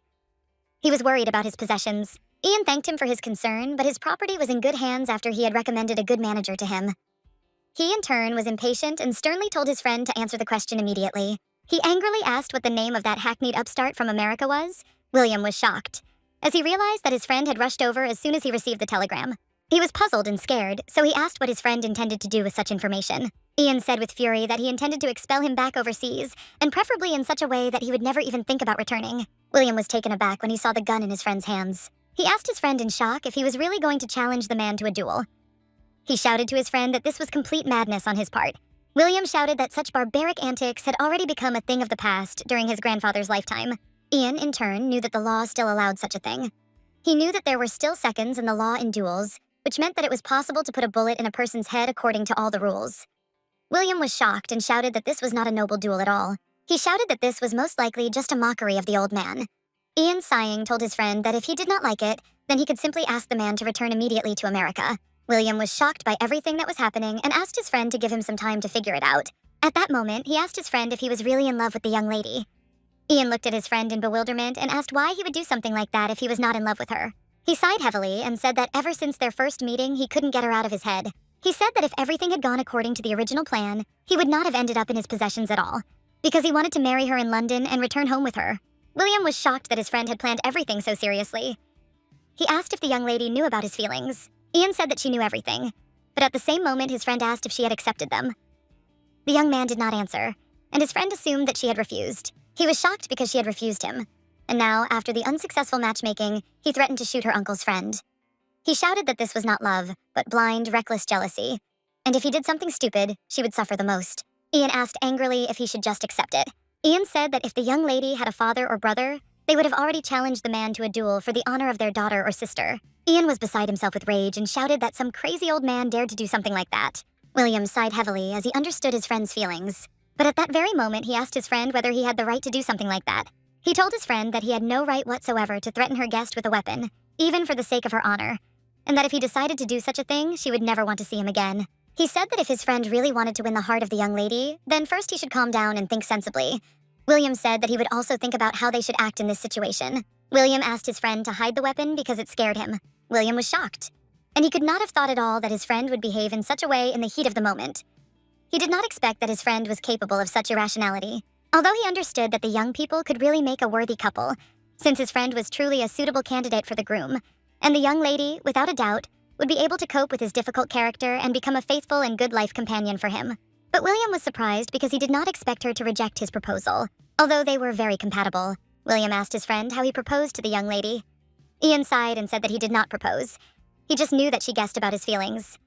William asked how exactly he expressed his feelings. After a short story, William asked if they could even hear that the girl he loved was eagerly awaiting his wedding. He still said something like that. Ian asked his friend to be silent as he regretted what he had done. Now the young man understood why the young lady had been avoiding talking about Ian lately. William told his friend that first he needed to regain her trust, become her friend again, and then maybe he would have a chance. Ian agreed with his friend's words, but in turn he was furious and did not want to make peace with the old man. He understood that if not with weapons, then in some other way he would protect her from the old man. William was a little puzzled by his friend's zeal, and then he told his friend to listen to him carefully. He told his friend that he had known the young lady for many years and had seen many swindlers try to take advantage of her vulnerability. But she was a woman without protection, without a father, without a brother, and therefore in the eyes of many she was easy prey. And it would have been much preferable if someone had tried to take her as a wife, even in the status of a second wife. He said that the young lady had never wavered, so she would be able to resolve the situation herself. Ian was furious because he understood that he simply could not sit idly by and watch everything that was happening. William told his friend that if he interfered now, it would only spoil the relationship between him and the young lady, because while they were still friends, and he could improve their relationship again, but if he made a scandal, then everything would be ruined. After something like that, she won't even say a word to him. William assured his friend that he would have no chance of marriage after such recklessness. He told his trembling friend to put his anger aside and think things through. Ian was furious because he knew that he could find that bastard, beat his face up and throw him out of England, and then take revenge on everyone who dared to insult his beloved. But he knew that this could not be done. He, unfortunately, did not want to admit it. But his friend's words were true, because if he acted like this, she really would not want to see him anymore. Ian wanted to see her face, even if only for a moment, but he wondered if there was some subtle way to let her know he was back. A moment later, the young lady knocked on her brother's door and asked if he had time. He looked at her in bewilderment. She said that a young lady had come to visit them and she really wanted to see him. After all, Dora recently heard that he was in London. Ian looked at his little sister in bewilderment and asked who she was talking about. He didn't know which lady she was talking about now. She looked at her brother in surprise and said that they were talking about Dora Lance. Ian looked at his sister in bewilderment, since he did not understand at all who they were talking about. At that very moment, he plunged into the depths of his mind as he began to remember the young lady. He realized that the name was familiar to him. After a few minutes, he remembered that it was the young lady about whom his beloved had spoken earlier. But in turn, he was puzzled and did not understand why the young lady decided to meet with him, because there was nothing remarkable in their previous conversation. And at the same time, he remembered only the lady's obsessively sweet smile. Sighing, he asked his sister to say that he was not at home, as he did not want to meet her. She was as puzzled as she had already told the girl that he was at home. Ian was puzzled and didn't see why it mattered to him. But at that very moment, he remembered something. After all, his beloved was glad that he was kind to her friend. He decided to meet her. After some time, the young lady greeted the young man with joy, as a lot of time had passed since their last meeting. She said with a smile that he seemed to have disappeared from the life of London, and she was already beginning to worry. He asked for forgiveness for being absent for so long. She asked him with a smile to sit down next to her, as she had many questions for him. William looked at his friend with a smile, as he did not think that the access would start throwing away excuses. It was a surprise for him. Ian asked his friend to be silent. Dora said that she heard that his high priest had passed away, and it must have been a hard blow for him. He sighed and thanked her for her words of sympathy. She asked with a smile whether he had settled everything after his long separation from his domain, while Dora quickly bombarded him with questions. He was taken aback for a moment, not knowing which question to answer. At the same time, the young man felt discomfort, and his ears were irritated by the noise. He was puzzled, because he saw that she could not remain silent for a minute. At every word, she only laughed loudly, either from stupidity or from an excess of fun. He understood that even feigned politeness was only artful to a limit, but he also understood that it was better to be secluded in a room and comfortably smoke a tobacco cigar. They continued their conversation, but the young man simply looked into the distance and occasionally nodded in agreement. She asked him everything. Ian, in turn, reluctantly answered that he sometimes read, sometimes rode horseback, and at the same time he had a boring life. At that very moment, his sister shouted with a smile that he also draws, and any artist would envy him. Dora asked in surprise if he was really that talented. He said with a smile that it wasn't so, and that his sister was just exaggerating. Janet, smiling, said that she was right, and that she had seen him throwing in the album. Ian sighed heavily and asked his sister to calm down. But Dora did not calm down and asked the young man to let her look at the drawings. Ian glanced sideways at his brother, as what he had been given was painfully unpleasant, and he wanted to leave as quickly as possible. But moments later, he sighed heavily, as he did not feel the proper support from his friend and brother's response. He gave in and gave the small album of sketches to the girls. They were amazed by his talent and true skill, as they had never looked at drawings so closely before. Dora said with a smile that she saw impeccable work, and in every line one could feel subtle observation and refined craftsmanship. He sighed heavily and said that she was too kind. The young lady, in turn, looked intently at her companion and, sighing, timidly pronounced his name. After a moment, she plucked up her courage and asked if he would paint her portrait. The young man explained that he had not expected such a request. He sighed and said that he would gladly fulfill her request, but he was not a professional portrait painter, and it was unacceptable to depict a young lady alone. She said with a smile that it was only them here, and if this remains their little secret, known only to them, then nothing bad will happen. Ian was categorically against it, because a married lady or a very young debutante was still okay. But to paint a single lady already presented at court was completely impossible. He looked at the young lady intently and said that this would damage her reputation. She was very much embarrassed and shocked by his words, as she understood that he cared about her honor. But the young lady was not going to give up so easily. She said with a smile that he could draw them together. Ian knew that if that was the case, it wouldn't change the situation at all. But his friend said with a smile that he should just draw them. And even if they were together, his beloved wouldn't understand everything wrong and misunderstand. Ian sighed heavily as he realized that he simply had no choice. He wanted to be patient for a little while, because he knew that the annoying young lady was the only thread that connected him with his beloved. He understood that he would do everything and take advantage of every opportunity to achieve his goal. A moment later, he sighed heavily and asked the butler to bring everything for drawing. Dora said with a smile that when she received the portrait, she would hang it in the most prominent place in their living room, and later every guest would see what a master the young man really was. Ian sighed and looked closely at the young ladies and asked them not to move. After some time, the young lady returned back to her estate. At the same time, she looked at this portrait with joy, because she had never seen such delicate and graceful portraits before. She knew that in a world full of rich gentlemen, only Mr. Dalton possessed not only wealth, but also a truly artistic gift. Moreover, while he was drawing for her, it seemed as if his gaze was taking in every part of her beautiful soul. She was enchanted by his gaze and simply could not tear herself away from him. At this, the young lady rejoiced loudly, as she saw that this was very romantic on his part. The young lady then chose the most expensive frame in the house and hung the portrait in a prominent place in the drawing room. This portrait soon began to instill in Dora a charming, though deceptive feeling as if she were meeting face to face with Mr. Dalton every new day. Meanwhile, the young maid, looking out the window, noticed that the weather was charming, and she could go out for a short walk with her mistress. But a moment later, she noticed something. And so, in a hurry, asking for forgiveness, she shouted to her colleague that she would be leaving for a short while. Her friend was shocked, as she rushed past like a whirlwind. She ran out into the street with a smile and greeted the young man, as he had been snooping around his beloved's house since dawn, and said with a smile that it was very romantic of him. Meanwhile, young Laura was looking for her maid in the house, and she was puzzled, because she did not understand where she had gone. Ian sighed heavily and asked if Laura was doing well. And Vizdokaya said that there was one annoying problem. But if we talk about health, Her mistress was completely healthy. Ian wondered if she was talking about the man who had come to them from America. The young maid asked in surprise if he knew Mr. Price. Ian now knew his name, but he asked the maid if she knew where he lived. She sighed and said that she knew this information, but she could not tell him about it. He asked with bewilderment why she could not do this. She sighed and said that from the expression on his face, it was not hard to guess that as soon as she told him the address, he would grab a pistol and turn the man into a sieve. She sighed and said that she wouldn't mind if someone dealt with him, but she didn't want Ian to do it. He asked, puzzled, why exactly he shouldn't do it, and asked in surprise, was it not obvious? She declared that he was the one who should marry her mistress, and she could not allow her mistress to become the wife of a murderer. The young man froze in surprise for a moment, but at that very moment a smile appeared on his face. He smiled and said that she was a faithful servant, and also asked what her name was. She told him her name with a smile, and without wasting a minute, he asked if she wanted to help him and her mistress. Anne said without hesitation that of course she wanted to help them. Ian asked if he had a chance to win young Laura's heart. She sighed and said that so far everything was going promisingly, but she was glad that at least he didn't shoot the man. He asked in surprise if she really thought her young lady would break up with him if he challenged the man to a duel.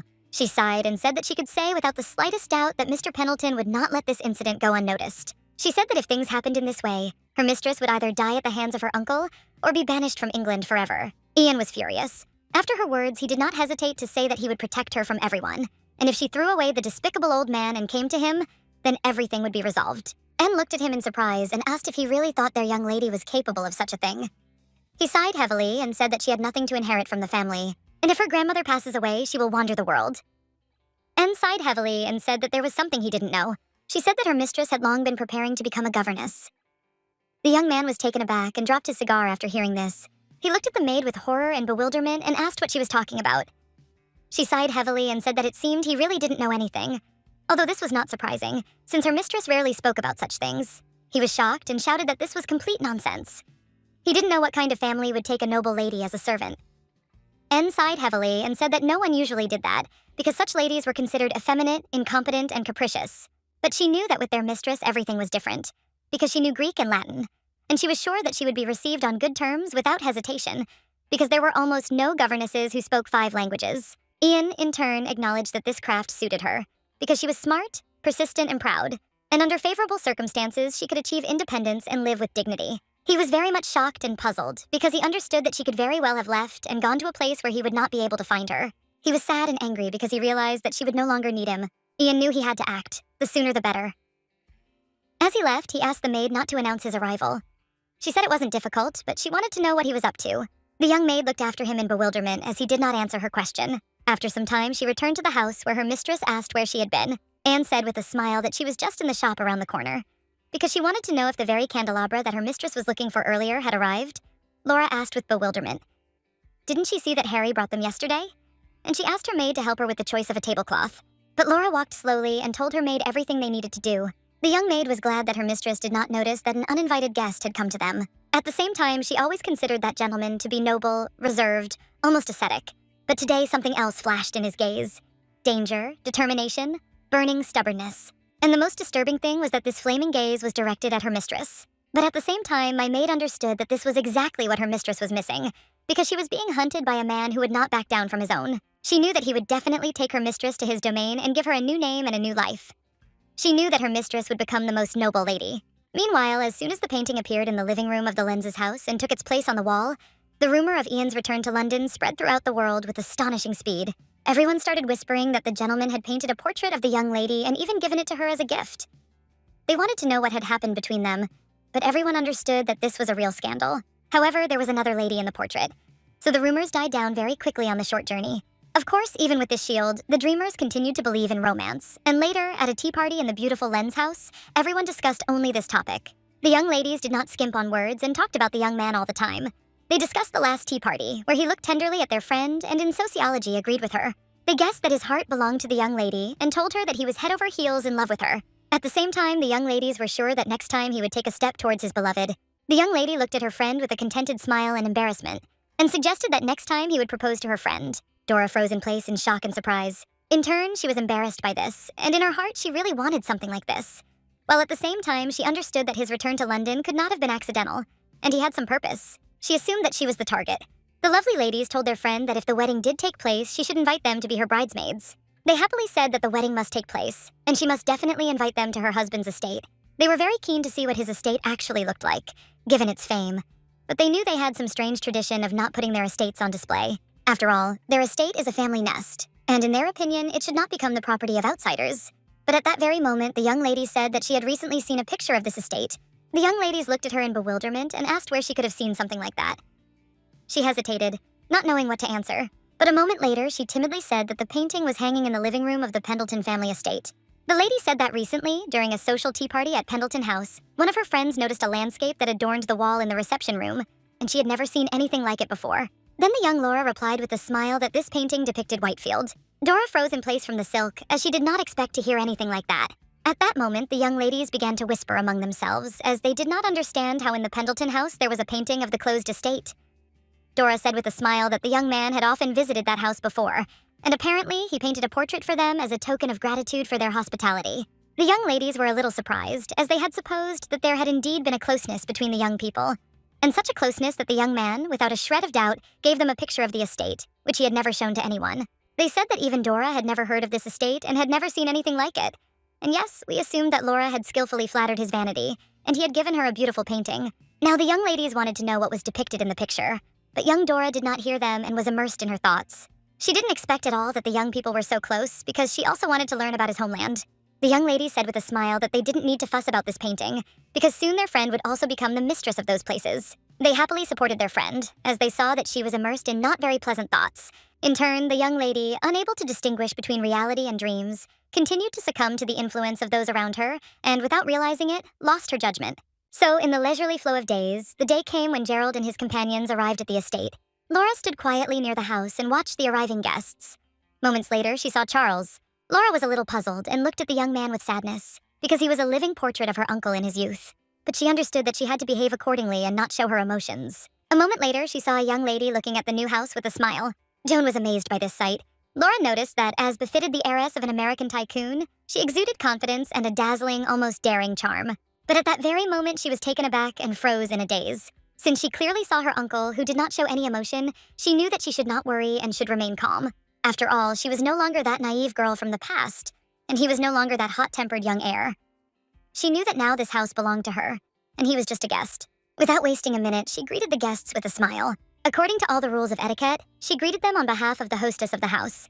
Laura, with a gentle smile, informed them that while they were at the estate, she would take care of their comfort. The men in turn looked menacingly at the young lady, but did not answer her. Joan walked up to the young lady and greeted her with a smile, while she extended her hand in greeting. Laura was momentarily taken aback by this, but with a radiant smile told the young lady that she was very glad to meet him. Laura froze and, collecting her thoughts, greeted the young lady in return.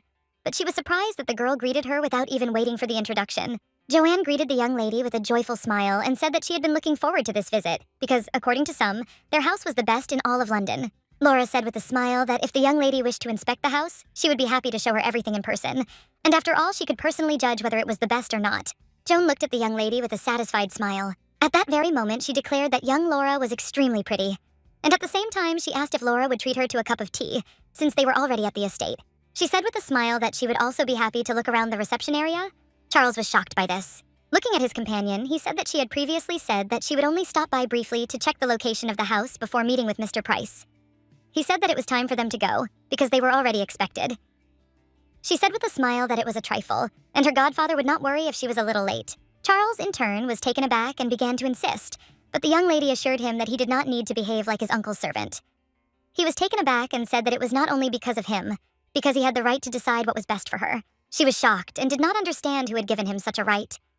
She screamed that she did not remember anything like this happening. Charles said that he did not know how it was in America, but in England, the bride had to follow the will of her future husband because that was the tradition. Joan turned to the young lady and asked if such a tradition really existed. Laura was taken aback, as she did not want to be involved in something like that. But with a smile, she said that this was not entirely true. Joan shouted at her fiancé that there was no such thing, so he should let go of her hand. At that very moment, the man intervened in their conversation and said that today they really should go back, because if she was tired from the first minutes, he would not be able to look his friend in the eyes. She sighed heavily and said that since the mister insists, she will obey his words. Laura looked closely at everyone present, because even after such a humiliating reprimand in public, they both fussed helplessly. And now she was curious about the hierarchy that was being built before her eyes. Joan said goodbye to her new friend with a smile and said that they would return in the evening together with her godmother for dinner. Laura stared after them but said nothing. A moment later, she came to her senses and was taken aback, as her uncle asked if the guest rooms were ready. She looked at him intently as he looked at her with a stern and angry gaze that was filled with contempt. Laura, having gathered her courage, said with a smile that she had prepared everything and told them where the rooms were. At that moment, she announced that the servants would accompany them, but her uncle ignored her words. As he left, Charles looked after his sister with a fierce grin. Laura knew she shouldn't be thinking about such things, because now was not the time to be distracted by such people.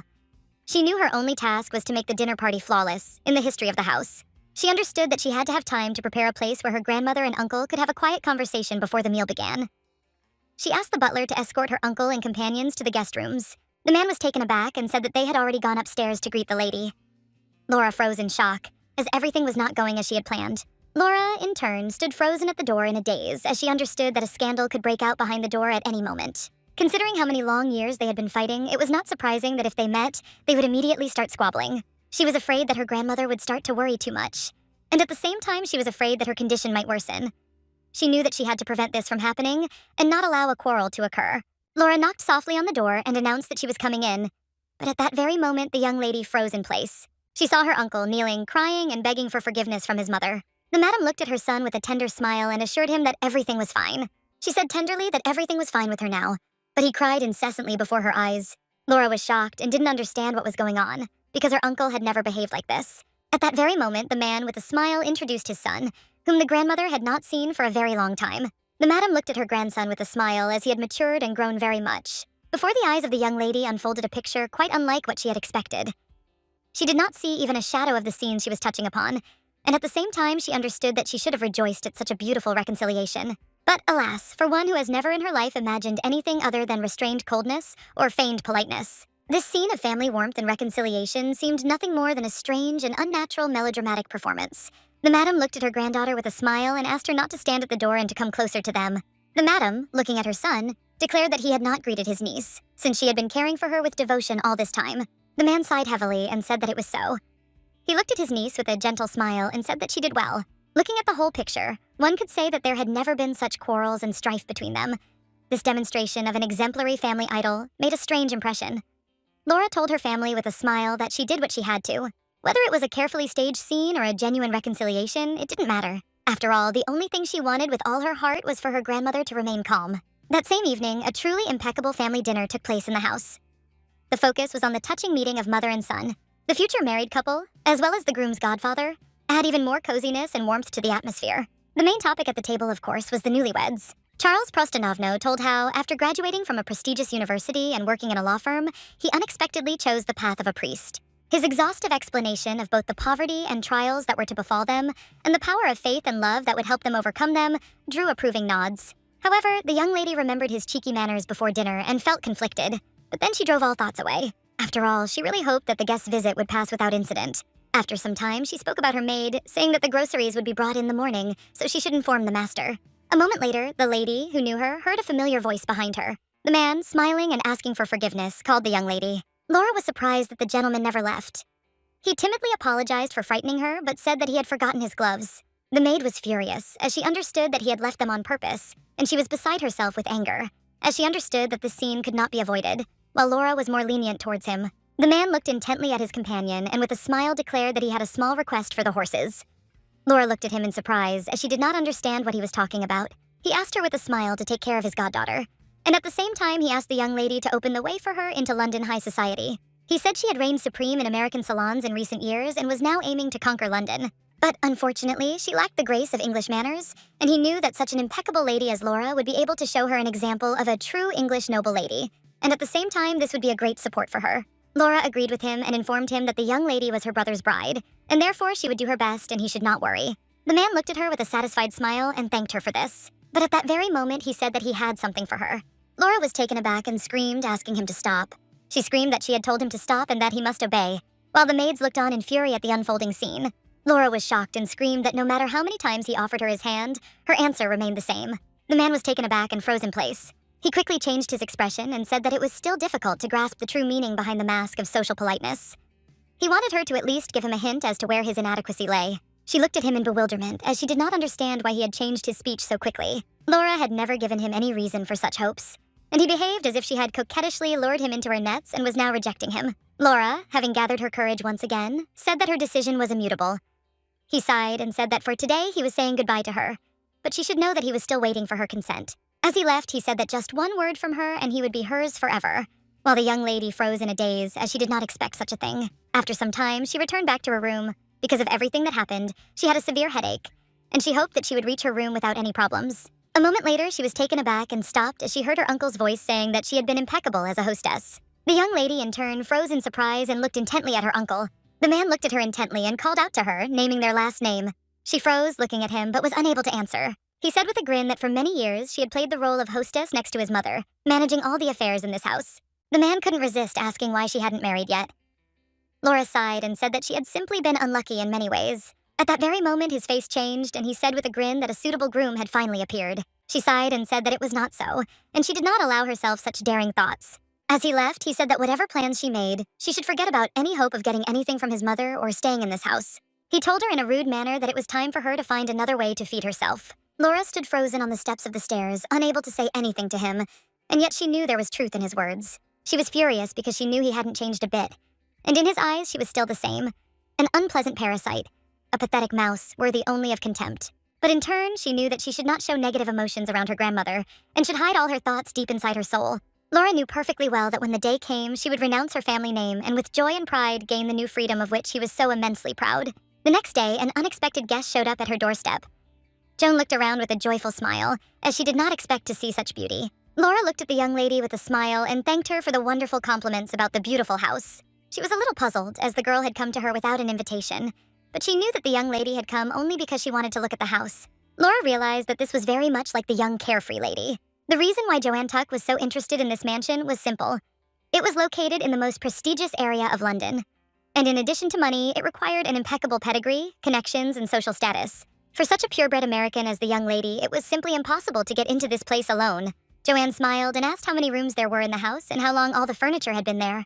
Laura was a little puzzled and didn't know what question to answer. Laura answered all of her companion's questions honestly and in detail, even though she knew that her companion would soon be the one moving into the house. She was aware of the fact that as soon as her grandmother passed away, she would simply be thrown out into the street. Joan smiled as she said she planned to go out into London society immediately after her wedding with Charles, while Laura smiled as she said it must be difficult for her to combine her duties at the parish house and her social life. Joan said with a smile that she would not go there. At that moment, Laura was taken aback, as she did not expect such a thing. Joanne said with a smile that when the young man proposed to her, he promised not a parish house, but a townhouse. She said with a smile that this was precisely what had greatly influenced her agreement, since no other marriage would have given her such an advantage. Laura looked at her companion in bewilderment, as she understood that this was very strange. She did not understand how her companion could rejoice carelessly, knowing that in front of her sat the one who would soon be kicked out of the house. But the young lady saw that there was no malice or superiority in her companion. Laura assumed that the girl simply did not know about the impending exile. But at that very moment, Laura wondered if the girls had really said something different. Joan looked at her companion with a smile and called her. The young lady, in turn, wanted to know where there was a good workshop. Laura asked her companion in bewilderment whether she hadn't brought the outfits from America. Joan said that she had originally prepared several trunks of clothes, but lost them along the way. She said with a smile that perhaps it was even for the best, because now she could sew clothes in London and still follow the new fashions. Laura said that there was one workshop, but it was very difficult to get in, because it was the height of the social season and the ateliers were full of orders, up to the point of being overwhelmed. The young lady was taken aback and wondered if Laura by any chance had a personal tailor, since she had a few everyday outfits and one ball gown left. Laura said with a smile that they could visit a department store where they sold ready-made clothes, high quality and very fashionable. Laura said with a smile that she would accompany the young lady and show her everything. Joan was delighted to hear this, and at the same moment she told her companion that for an American to become part of the British aristocracy was a chance that money could not buy. She said she planned to conquer London high society within a few years. She knew that with her old name this was impossible, but if she married a young man with a good reputation, she would be able to do something similar. She knew that if she became a famous figure in such a place, doors would open for her to all the social circles of Europe. She told her companions with a smile that she would immediately conquer Europe. Laura was shocked, as she saw that the girl openly spoke of marriage as a means of conquering the European aristocracy. She saw that the girl did not have the hypocrisy that socialites possessed. She had only the confidence, straightforwardness, and spirit of the times. Laura looked at her young companion with a smile, as she understood that she was a true pirate of the new century. Joan smiled and told the young lady that there were many faults in her manners. So she asked her companion to teach her British manners, and she was ready to listen to everything, since she wanted to become as noble as her companion. Laura said with a smile that she would do her best. Sometime later, the young people attended a race day. At that very moment, the young aristocrats noticed someone new next to the great matchmaker of London. Everyone was shocked, as they knew that the visiting aristocrat was in a completely different guise. Dora, without wasting a minute, approached the young ladies to greet them, and also asked Laura to introduce them to her new friend. Laura looked at everyone present with a smile and moved on to the introduction. But moments later, she froze as she saw a familiar silhouette in the distance. She was taken aback, unable to utter a word. A few moments later, she clearly saw Ian in front of her, who also kept his gaze fixed on her. For a while, the young people looked at each other intently, as if no one else existed around them. Laura was shocked, as she did not expect to see the young man at this event, because she knew that he had gone to his estate. She was puzzled and did not understand how he ended up in such a place. Joan looked at her friend in surprise and asked if she was okay, as she had dropped her umbrella. Laura was taken aback, as she had not noticed anything like that at all. At that moment, she collected her thoughts and joked with a smile that she was completely absent-minded. She quickly decided to introduce her friend. She, smiling, said that this was her cousin's bride, and she also mentioned her name. The young ladies happily greeted their new acquaintance and also invited her to the event. They chatted pleasantly with each other for some time. Laura noticed with a smile on her face that there was a good atmosphere between them. She was glad that her student had actually mastered social manners in such a short period of time. Laura immediately felt that the young lady was used to shining in salons and at similar events. Laura was very happy, because the gracious lady had acquired the title of an influential figure in London society. She understood that now the doors of high society were open to her, and the ball would be her official debut. But at that very moment, the young lady again turned her gaze into the distance. She knew she couldn't be mistaken, and it was Mr. Dalton in front of her. She didn't understand how this could have happened, because he should have been in his own domain. She didn't understand what brought him to such a place. Dora said with a smile that she needed to step out for a few minutes. And at the same moment, she called Mr. Dalton. Dora approached the young man and began to talk to him. Joanne excitedly asked if this was the young lady's cavalier, but her friend said that this was not the case and that he was just a mutual friend. She smiled and said that for now he was just a friend. Laura, without wasting a minute, asked how long the young man had been in London. The young lady thought for a moment and said that he had returned several weeks ago. She also said that Laura must have heard some rumors, because recently a young man had painted a picture, which was now hanging in Dora's living room, and the young man had depicted a young lady with her sister in it. And the day she received the painting was the very day he had just arrived in London. Laura was very surprised by what she heard, but at the same moment she realized that the atmosphere between them was different. She understood that the atmosphere was no longer the same as before. Now she couldn't say that there was a feeling of love between them, but there was some kind of definite closeness. The young lady, in turn, was upset and saddened by what she heard. But at that very moment, she put all her thoughts aside as the young man greeted her with a smile. He looked at her intently and noticed that they had not seen each other for a long time. Laura met his gaze with a gentle and warm smile, and she confirmed his words. At that very moment, she introduced her future cousin with a smile. Slowly, she began to introduce the young man to her cousin, but he was a little upset by such a cold attitude on her part. The young lady greeted the young man with a smile. A moment later, someone called the young man, and he, asking for forgiveness, went off to have an important conversation. Laura watched him closely. She had expected them to meet again, but she hadn't expected it to happen so suddenly. At the same time, she was puzzled and did not understand why he did not show interest in her now. But in turn, she understood that this was even for the best, because she was afraid that his feelings would remain the same. Laura wondered for a moment if she had simply misinterpreted his attitude towards her back then. After all, in essence, he did not express himself directly that day. And after his visit to the estate, things were completely unsuccessful. She wondered if he had come to her only in an attempt to dispel her delusion. The young lady looked at her companion in surprise and asked if she was feeling well, as she was pale. Laura said with a smile that she was fine. At that very moment, she said that she would step away for a few minutes. But she turned around and noticed that her friend was talking very animatedly with a young man. She stood up slowly and said that she would get herself some water. Joanne asked with a smile if she should go with Laura, but Laura assured her that she was fine and could handle it herself. At the same time, the young man closely watched all her movements, without looking away. Laura understood that she needed to return to the table as soon as possible. But the feeling of constriction in Grudinen did not go away. She knew she had to calm down because the day he left London, she had made the right decision. She had acknowledged her feelings and promised herself to let him go forever. Laura realized that she was only confused by the fact that she saw him again. She assumed that his heart was already closed to her forever.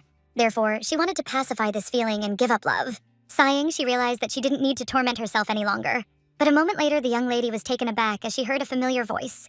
She turned around hastily, not expecting to see him. Ian looked closely at his beloved, as he noticed that she had lost weight, because now that he saw her up close, it was obvious to his eyes. He was very puzzled, and at the same time wondered if she was ill. He was furious because he dreamed of seeing her every day. And now he was forced to watch his every look and word, and all this was real torture for him. At that moment, he handed her a small flower and noticed that she had dropped it. He said with a smile that she did not need to worry, as he had not told anyone. The young lady was embarrassed by such words and thanked him for it with a gentle smile. Ian looked closely at his companion and asked if she had a few minutes to spare, as he wanted to talk to her. At that very moment, he said that he would dare to turn to her with one very important request. Laura had already given her consent, but she still didn't know what he wanted to talk to her about. She didn't know what he wanted to ask her. And then the young man broke the silence and said that they hadn't talked for a long time. He said with a smile that they were alone now, so he wanted to know how she had wished all this time. Laura smiled and said that she was fine, and she hoped that he was also in good health. Ian sighed and said that fortunately he was also okay, but at that very moment he turned his gaze to the young lady and saw that she was sad. He wondered how much time had passed since he had last seen her. He enjoyed those moments of happiness because he was now next to her, whose face appeared in my memory almost every day. And yet, from the moment their eyes met, all he could do was try his best to look away from her and restrain himself. Otherwise, she would disappear again, like last time. Laura asked him with a smile how he had spent his time on his estate. He said with a smile that the days could hardly be considered pleasant, as he had been completely immersed in work, as a lot of things had accumulated. She said with a smile that since he had returned to London, it meant that he had dealt with all his affairs. Ian stated that, in general, everything was exactly like that. But at the same time, he did not know why he suddenly wanted to return. He stated that his native land did not seem to him such a cozy place as before. Laura was shocked by the young man's statement. She asked why, since he said that he loved his native land more than anything in the world. He said with a smile that it was still so, but he began to feel a dead silence and loneliness there. He stated that London had changed him greatly, and that every minute he spent in the house he recalled his companion's words again and again. She looked at him in surprise, and he declared that he would like to meet his soulmate and create a harmonious union between a man and a woman. Ian looked at his companion with tenderness and warmth, and declared that it was her words that had influenced him. Sighing, he said that by talking to her, he finally understood something. He said that he needed a wife and a housekeeper. At the same time, he noted that she and only she had the power to help him with this issue. Laura was surprised because she did not understand why. Only she could help him. He said with a smile that it was Anna who should help him, since she, like no one else, knew how harsh and unsociable he was, and he also had a difficult disposition, so he sincerely asked her for help. He wanted her to teach him how to be attractive to women so that he could get married by the end of the year. Laura froze and wondered if he was pretending now. She also wondered if all this time she had been the only one attributing to him feelings that did not exist. She understood that if everything was really as it was, then she had to answer him with dignity. Laura said with a smile, looking at her companion, that she was very glad that he had changed his mind about marriage, but for her part she would do everything possible to help him. He thanked her with a smile for her help. She smiled and said that there was no need to thank her, as she was glad that she would be able to keep the promise she had given to William. He looked at his companion with a smile, and asked if she thought he had a chance of achieving what he wanted before the end of the year. Laura smiled and said that of course it was so, because he could easily conquer any lady. At the same moment, she asked why he didn't take a closer look at any lady at the ball, but at that very moment, she asked him if he already had someone in mind. He smiled and said that he had one lady who occupied all his thoughts. Ian, looking sideways at his companion, said that he was still only getting closer to her and was not sure that he could get closer. Laura wondered if he was really talking about the young lady Dora now. She smiled and said that in that case, he should ask the young lady to dance at this ball. She asked if he remembered the waltz steps she had taught him. He sighed heavily and said that of course he remembered everything, but he was afraid that his dancing skills had not improved since then. She smiled and said that he had decided to be serious in love, which meant it was time to become serious in dance too. Laura noted with a smile that nothing embellishes the beginning of love, as dancing does. He asked with bewilderment why this was so. Laura smiled and said that dancing with someone means sharing one of the most intimate, most trusting moments with a person. She said that the partners are alone, and all attention is focused on each other, on one rhythm, one step, one breath. The young man froze for a moment in surprise, as he had never looked at the dance from this angle before. Laura looked at him with a smile and said that it was very similar to marriage itself. He froze for a moment and at the same moment said that she should teach him another dance. Looking at his companion, he noticed that if she was the teacher, he wouldn't get bored with all this. Laura froze after his words. Laura knew that this was simply a sign of friendship on his part, and therefore she understood that she should not imagine anything unnecessary. At that very moment, she let him go with a smile and declared that the first dance on her list was his. She looked at him with a smile and said that he was her best friend. Ian smiled and said that she was also his dearest friend. At that very moment, he tenderly kissed her hand goodbye. A moment later, the young lady watched the young men closely, and at the same time, she noticed that they looked good together. She knew that soon he would begin a new life, the one he had always dreamed of, with the woman who was truly right for him. She knew that in front of her were the people she had met, and that they would create the most real and happy ending. After some time, the young lady returned home and found her grandmother sleeping quietly. But at the same time, she felt and saw that her grandmother had difficulty sleeping. After all, her breathing quickened each time. Laura was a little puzzled, as her uncle was with her grandmother all the time, and so she did not see her alone. A moment later, Madame opened her eyes and called her granddaughter with a smile. Without wasting a minute, Madame happily asked her granddaughter how her day was. Laura told her grandmother everything that had happened with a joyful smile. But a moment later, Madame's expression changed, and she called her granddaughter, and also asked if she was having a hard time now. Laura told her grandmother with a smile that she was fine. It wasn't hard for her at all. Madame sighed, because she knew that her granddaughter had always been like this, and even when pain tormented her, she would not give herself away with words or a look. Madame sighed and said that she hid everything, and no one could even know her thoughts and what surrounded her. She sighed heavily and said that this was exactly what she wanted no one to know. The madam looked at her granddaughter with a tender smile and asked her to be patient for a little while longer, because she felt that the end was already near. Laura was taken aback by her words, since she didn't want anything like that at all. Laura said about her grandmother that she is only holding on for her, so that she can be happy for the rest of her days. Laura, bursting into bitter tears, asked her grandmother not to talk about the end, just to console her, because she, like no one else, understood what such words meant. The madam sighed heavily and began to feel sorry for her granddaughter. She said that she remembers the day when she separated from her father, because then she cried inconsolably, and she could not stop crying for a long time. The madam sighed and said that now her granddaughter had become a girl, and she should no longer allow herself to shed tears. She sighed and asked her granddaughter to be patient a little longer. Madame intended to repay her for all the years of suffering. After some time, the young lady left her grandmother's room and was left alone with her thoughts. She was puzzled, and at the same time did not know what her grandmother was already planning at the end of her long years. Moments later, the young lady was taken aback as she heard her uncle's voice asking if she had seen his mother again and was now returning. Laura sighed heavily and said that everything was exactly like that. He stated that he heard that she went with his daughter-in-law on a picnic. He asked if she had allowed herself to be impolite to her. Laura sighed heavily and told her uncle that there was nothing he should worry about. He asked in the same cold manner whether his daughter-in-law was satisfied. Laura said that everything went as well as possible, and the young lady met other ladies, and she also informed him that his daughter-in-law was even invited to several salons. He looked menacingly at his niece and said that he understood. At that very moment, the man announced that not long ago Tom Price proposed to her. She sighed heavily and said that it was so. But he asked in a cold manner why she refused him. Laura said that it was all because she did not want to be his wife, because she did not have any feelings for him. Mr. Pendleton looked menacingly at his niece and declared that she had inherited from her mother not only her looks, but also her vanity. He said that in her position as an illegitimate child without a dowry, she could not so easily reject offers. She sighed heavily and said that he himself knew everything perfectly well, because every league has the right to refuse and be respected in its decision. Mr. Pendleton said angrily that it was not for her to remind him of his duty as a gentleman. However, as he left, he said that he would give her a little advice. He stated that pushing away suitors in order to raise her value was not the right thing to do in her position. He said that she should consider it an honor that a man had paid attention to her. So he told her that she could help him a little and still accept his offer with pride. A moment later, the young lady was left alone with her thoughts. She was furious and wondered if her words were always taken as just a petty trick, as if she wanted to increase her value. She wondered if everyone had this opinion because she had missed her best years for marriage and did not have a fortune.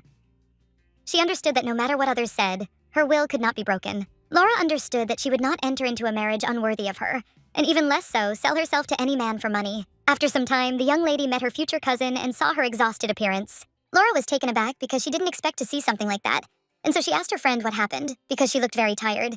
Joan sighed heavily and asked how she could avoid being tiresome. After all, tomorrow what awaited her was not a triumph at the ball, but the miserable fate of becoming the laughingstock of the whole world. She was puzzled. She didn't know what to do. Laura knew that the day before her friend was deeply depressed. The trouble had begun the day before, when she lived and chose an outfit for the ball. The clothes she had brought from America invited Laura to the mansion. Then she screamed with tears in her eyes and asked what she should do, because her outfits were like theatrical costumes. She was confident that these outfits would make an impression in London, and while she chose understated styles, none of the outfits were suitable for a social event. She was puzzled and realized that she should have bought several outfits at the department store, but finding a studio that would undertake the work in such a short time turned out to be impossible, and the young lady found herself in a very difficult situation. A moment later, Madame greeted Laura with a smile. Joan greeted her godfather's sister with a smile and introduced her to her friend. Madame looked at the young lady with a smile and greeted her. Nicely looked at the young lady with joy, for she was glad that a young lady of noble birth had condescended to such a humble house. She said with a smile that if the young lady had informed in advance of her arrival, she would have given the most magnificent reception. She said with a smile that there was no need for that and she was already glad to meet them. Joan sighed heavily and asked Aunt to leave her friend, as they were saddened by her outfit. Laura looked at her future cousin with a smile and asked her not to be sad about such a thing. She said with a smile that she had just been planning to lend her an outfit yesterday, so she asked the girl if she wanted to try on the gift. Moments later, they were looking with joy at the young lady, who was resplendent in a new, exquisite outfit. They spoke with delight that she had become like a different person, namely, a real London lady.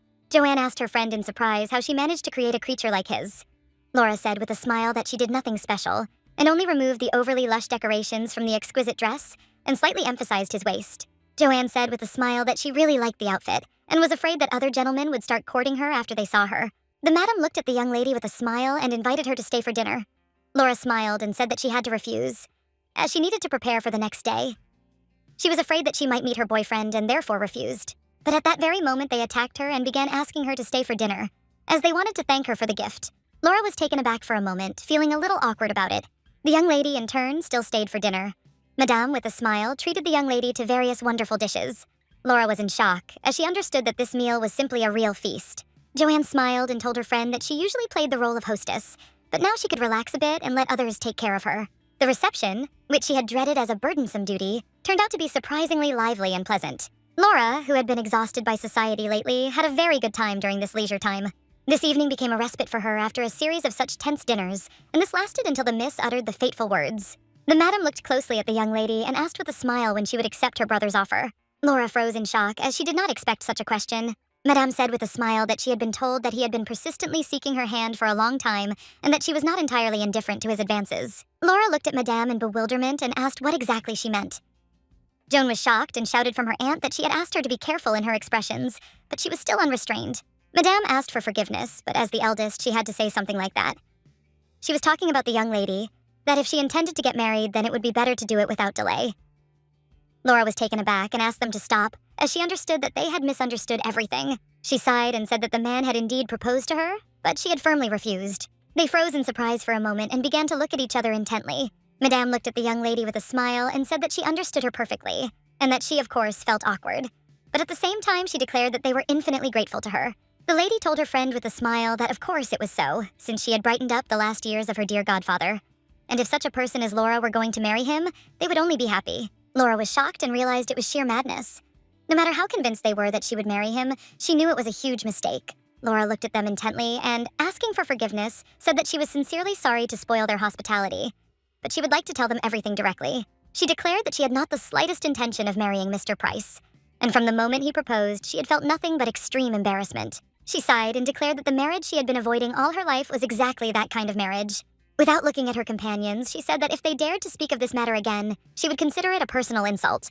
At that moment, she quickly stood up and announced that it was time for her to return, while she apologized for suddenly leaving them.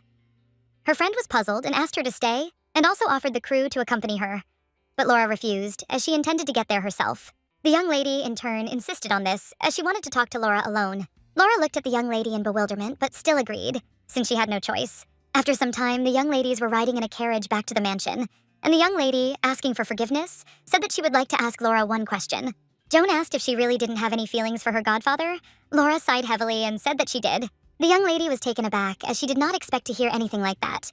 But at that very moment, she was taken aback and screamed, because she did not understand what they had allowed themselves to do. Laura looked at her companion in bewilderment and asked her to explain what was going on. Joan announced that her godfather intended to publicly ask for her hand in marriage at the ball tomorrow. Laura was shocked by everything that was happening. She couldn't believe what she heard. Laura stood frozen in place, stunned, not knowing what to say, but her friend now saw everything clearly. She sighed and said that her friend was not just indifferent to this marriage. She understood that it would cause her suffering, but she understood that her godfather was not the only one to blame for the current situation. Laura asked with bewilderment what she was talking about.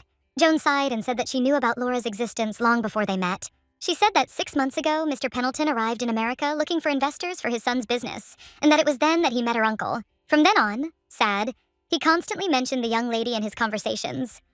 At first, these were harmless stories, but gradually he began to talk about a possible remarriage, and soon began to behave as if the bride had already been found. She sighed and said that at first she had doubts about such an acquaintance, complete strangers, but when Mr. Pendleton received a favorable answer from his niece to the proposal of matchmaking, she began to look at everything more positively. Joan asked her friend if she had ever sent a letter like this. Laura sighed heavily and said that she had never done anything like that. At that moment, she asked her friend if she knew why her uncle did something like that. Joan said that the man came to America on business for a Korean enterprise. She said that at first he simply asked her uncle to help him find an investor, and later he asked for direct investment. The plan of the enterprise was so chaotic that at first her uncle refused. But now the investment decision had been made, Joan asked her companion what she thought of you, what the real goal was. Looking at her friend, she said that she should find out everything directly from him. However, no matter how she thought about it, there was only one conclusion left, and it seemed that her uncle intended to sell her to the man at a higher price. Laura sighed heavily and thanked her friend for her frankness. Laura sighed heavily and thanked her new friend, because if it weren't for her, they would all have suffered great humiliation at the ball. Joan gasped and said that they still had work to do, and she would spend the night trying to dissuade her godfather. However, she sincerely asked the young lady to appear at the ball, because it would be good if her godfather had a chance to apologize to her. Now everything became clear to the young lady. Now she understood why the man behaved in this way. Laura was puzzled, because behind everything that was happening was none other than her uncle. She immediately went to him because she wanted to sort everything out. The man looked casually at his niece and asked if she hadn't been taught to knock. Laura apologized for her tactlessness, but she had come to discuss a very important matter. He said it didn't matter because he wanted to talk to her. He said that if her case was tolerable, he would start first. Without hesitation, he looked at her menacingly and said that his trembling friend would be present at the ball. He looked at her menacingly and said that they had to go to the event and she would accept his proposal of marriage. Laura looked hard at her uncle and declared that she had already given him her final answer to such a proposal. She said that if he had promised her master, that decision did not take into account her will, and she still retained the right to refuse his offer. He glared at her and asked if she had heard about this from Joan, and he angrily said that the problem was that she was too spoiled by her attractiveness. He said that she was arrogant like her mother. He stated that she should know her place in the century. She should fall at his feet in gratitude. At the same time, he stated that he believed that she had finally realized her senseless situation and would gladly accept this offer. But instead, he saw only a vain girl who didn't believe anything about the harsh reality. Laura said that she doesn't judge herself by her appearance or any other criteria. She looked at her uncle intently and declared that she had never forgotten her lot and had never had a right to more. He did not understand why she then refused the man's proposal of marriage. Laura wondered if a woman with all her faults and weaknesses should sell herself as a thing to a man who did not love her. She looked at him with fury and asked if she was not human and did not have her own opinion.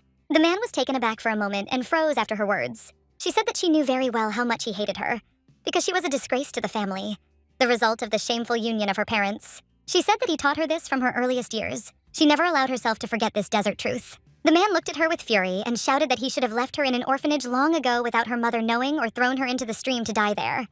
He shouted that she was not grateful and he knew it. She said that he should not talk to her about gratitude. She screamed that she had received nothing but contempt from him. The gentleman froze in place with rage. But at that very moment, he could not bear it any longer and angrily threw a glass of alcohol at her, which shattered into pieces against the wall. He shouted furiously that she was living in luxury, and that she should seriously thank him for being the daughter of a count's family. He screamed furiously that she was just a stain on his reputation. She said that she knew because she had been repeating his words to herself all her life, but now she no longer knew what her parents' mistake was. He looked at her in bewilderment and asked what she had just said. He asked angrily how she dared to justify her depraved mother, who gave birth to her out of wedlock and from an inhuman man who ran away with their daughter from the family. She said that her parents were married in secret in the presence of both a priest and witnesses. She said that on the way to official registration, the mother's condition worsened and all the formalities were never completed. Laura reported that her father told her everything and how they loved each other sincerely, and their marriage had not the slightest stain before God. She said that the reason he insulted her father was not because he took her mother away or because he was an American. She said that his hostility was caused only by his poverty because he talked about honor, but in his thoughts there was always money. She knew that he never forgave her mother for the fact that she deprived him of the opportunity to sell her profitably, just as he was now trying to sell her. She screamed that it was not her father or her mother who brought shame to their glorious family, but rather his greedy, heartless nature. He looked at her with fury and declared that he was telling her for the last time that tomorrow she would accept his friend's proposal. The man was taken aback for a moment and froze after her words. She said that she knew very well how much he hated her, because she was a disgrace to the family, the result of the shameful union of her parents. She said that he taught her this from her earliest years. She never allowed herself to forget this desert truth. The man looked at her with fury and shouted that he should have left her in an orphanage long ago without her mother knowing or thrown her into the stream to die there. He shouted that she was not grateful and he knew it. She said that he should not talk to her about gratitude. She screamed that she had received nothing but contempt from him. The gentleman froze in place with rage. But at that very moment, he could not bear it any longer and angrily threw a glass of alcohol at her, which shattered into pieces against the wall. He shouted furiously that she was living in luxury, and that she should seriously thank him for being the daughter of a count's family. He screamed furiously that she was just a stain on his reputation. She said that she knew because she had been repeating his words to herself all her life, but now she no longer knew what her parents' mistake was. He looked at her in bewilderment and asked what she had just said. He asked angrily how she dared to justify her depraved mother, who gave birth to her out of wedlock and from an inhuman man who ran away with their daughter from the family. She said that her parents were married in secret in the presence of both a priest and witnesses. She said that on the way to official registration, the mother's condition worsened and all the formalities were never completed. Laura reported that her father told her everything and how they loved each other sincerely, and their marriage had not the slightest stain before God. She said that the reason he insulted her father was not because he took her mother away or because he was an American. She said that his hostility was caused only by his poverty because he talked about honor, but in his thoughts there was always money. She knew that he never forgave her mother for the fact that she deprived him of the opportunity to sell her profitably, just as he was now trying to sell her. She screamed that it was not her father or her mother who brought shame to their glorious family, but rather his greedy, heartless nature. He looked at her with fury and declared that he was telling her for the last time that tomorrow she would accept his friend's proposal. The man was taken aback for a moment and froze after her words. She said that she knew very well how much he hated her, because she was a disgrace to the family, the result of the shameful union of her parents. She said that he taught her this from her earliest years. She never allowed herself to forget this desert truth. The man looked at her with fury and shouted that he should have left her in an orphanage long ago without her mother knowing or thrown her into the stream to die there. He shouted that she was not grateful and he knew it. She said that he should not talk to her about gratitude. She screamed that she had received nothing but contempt from him. The gentleman froze in place with rage. But at that very moment, he could not bear it any longer and angrily threw a glass of alcohol at her, which shattered into pieces against the wall. He shouted furiously that she was living in luxury, and that she should seriously thank him for being the daughter of a count's family. He screamed furiously that she was just a stain on his reputation. She said that she knew because she had been repeating his words to herself all her life, but now she no longer knew what her parents' mistake was. He looked at her in bewilderment and asked what she had just said. He asked angrily how she dared to justify her depraved mother, who gave birth to her out of wedlock and from an inhuman man who ran away with their daughter from the family.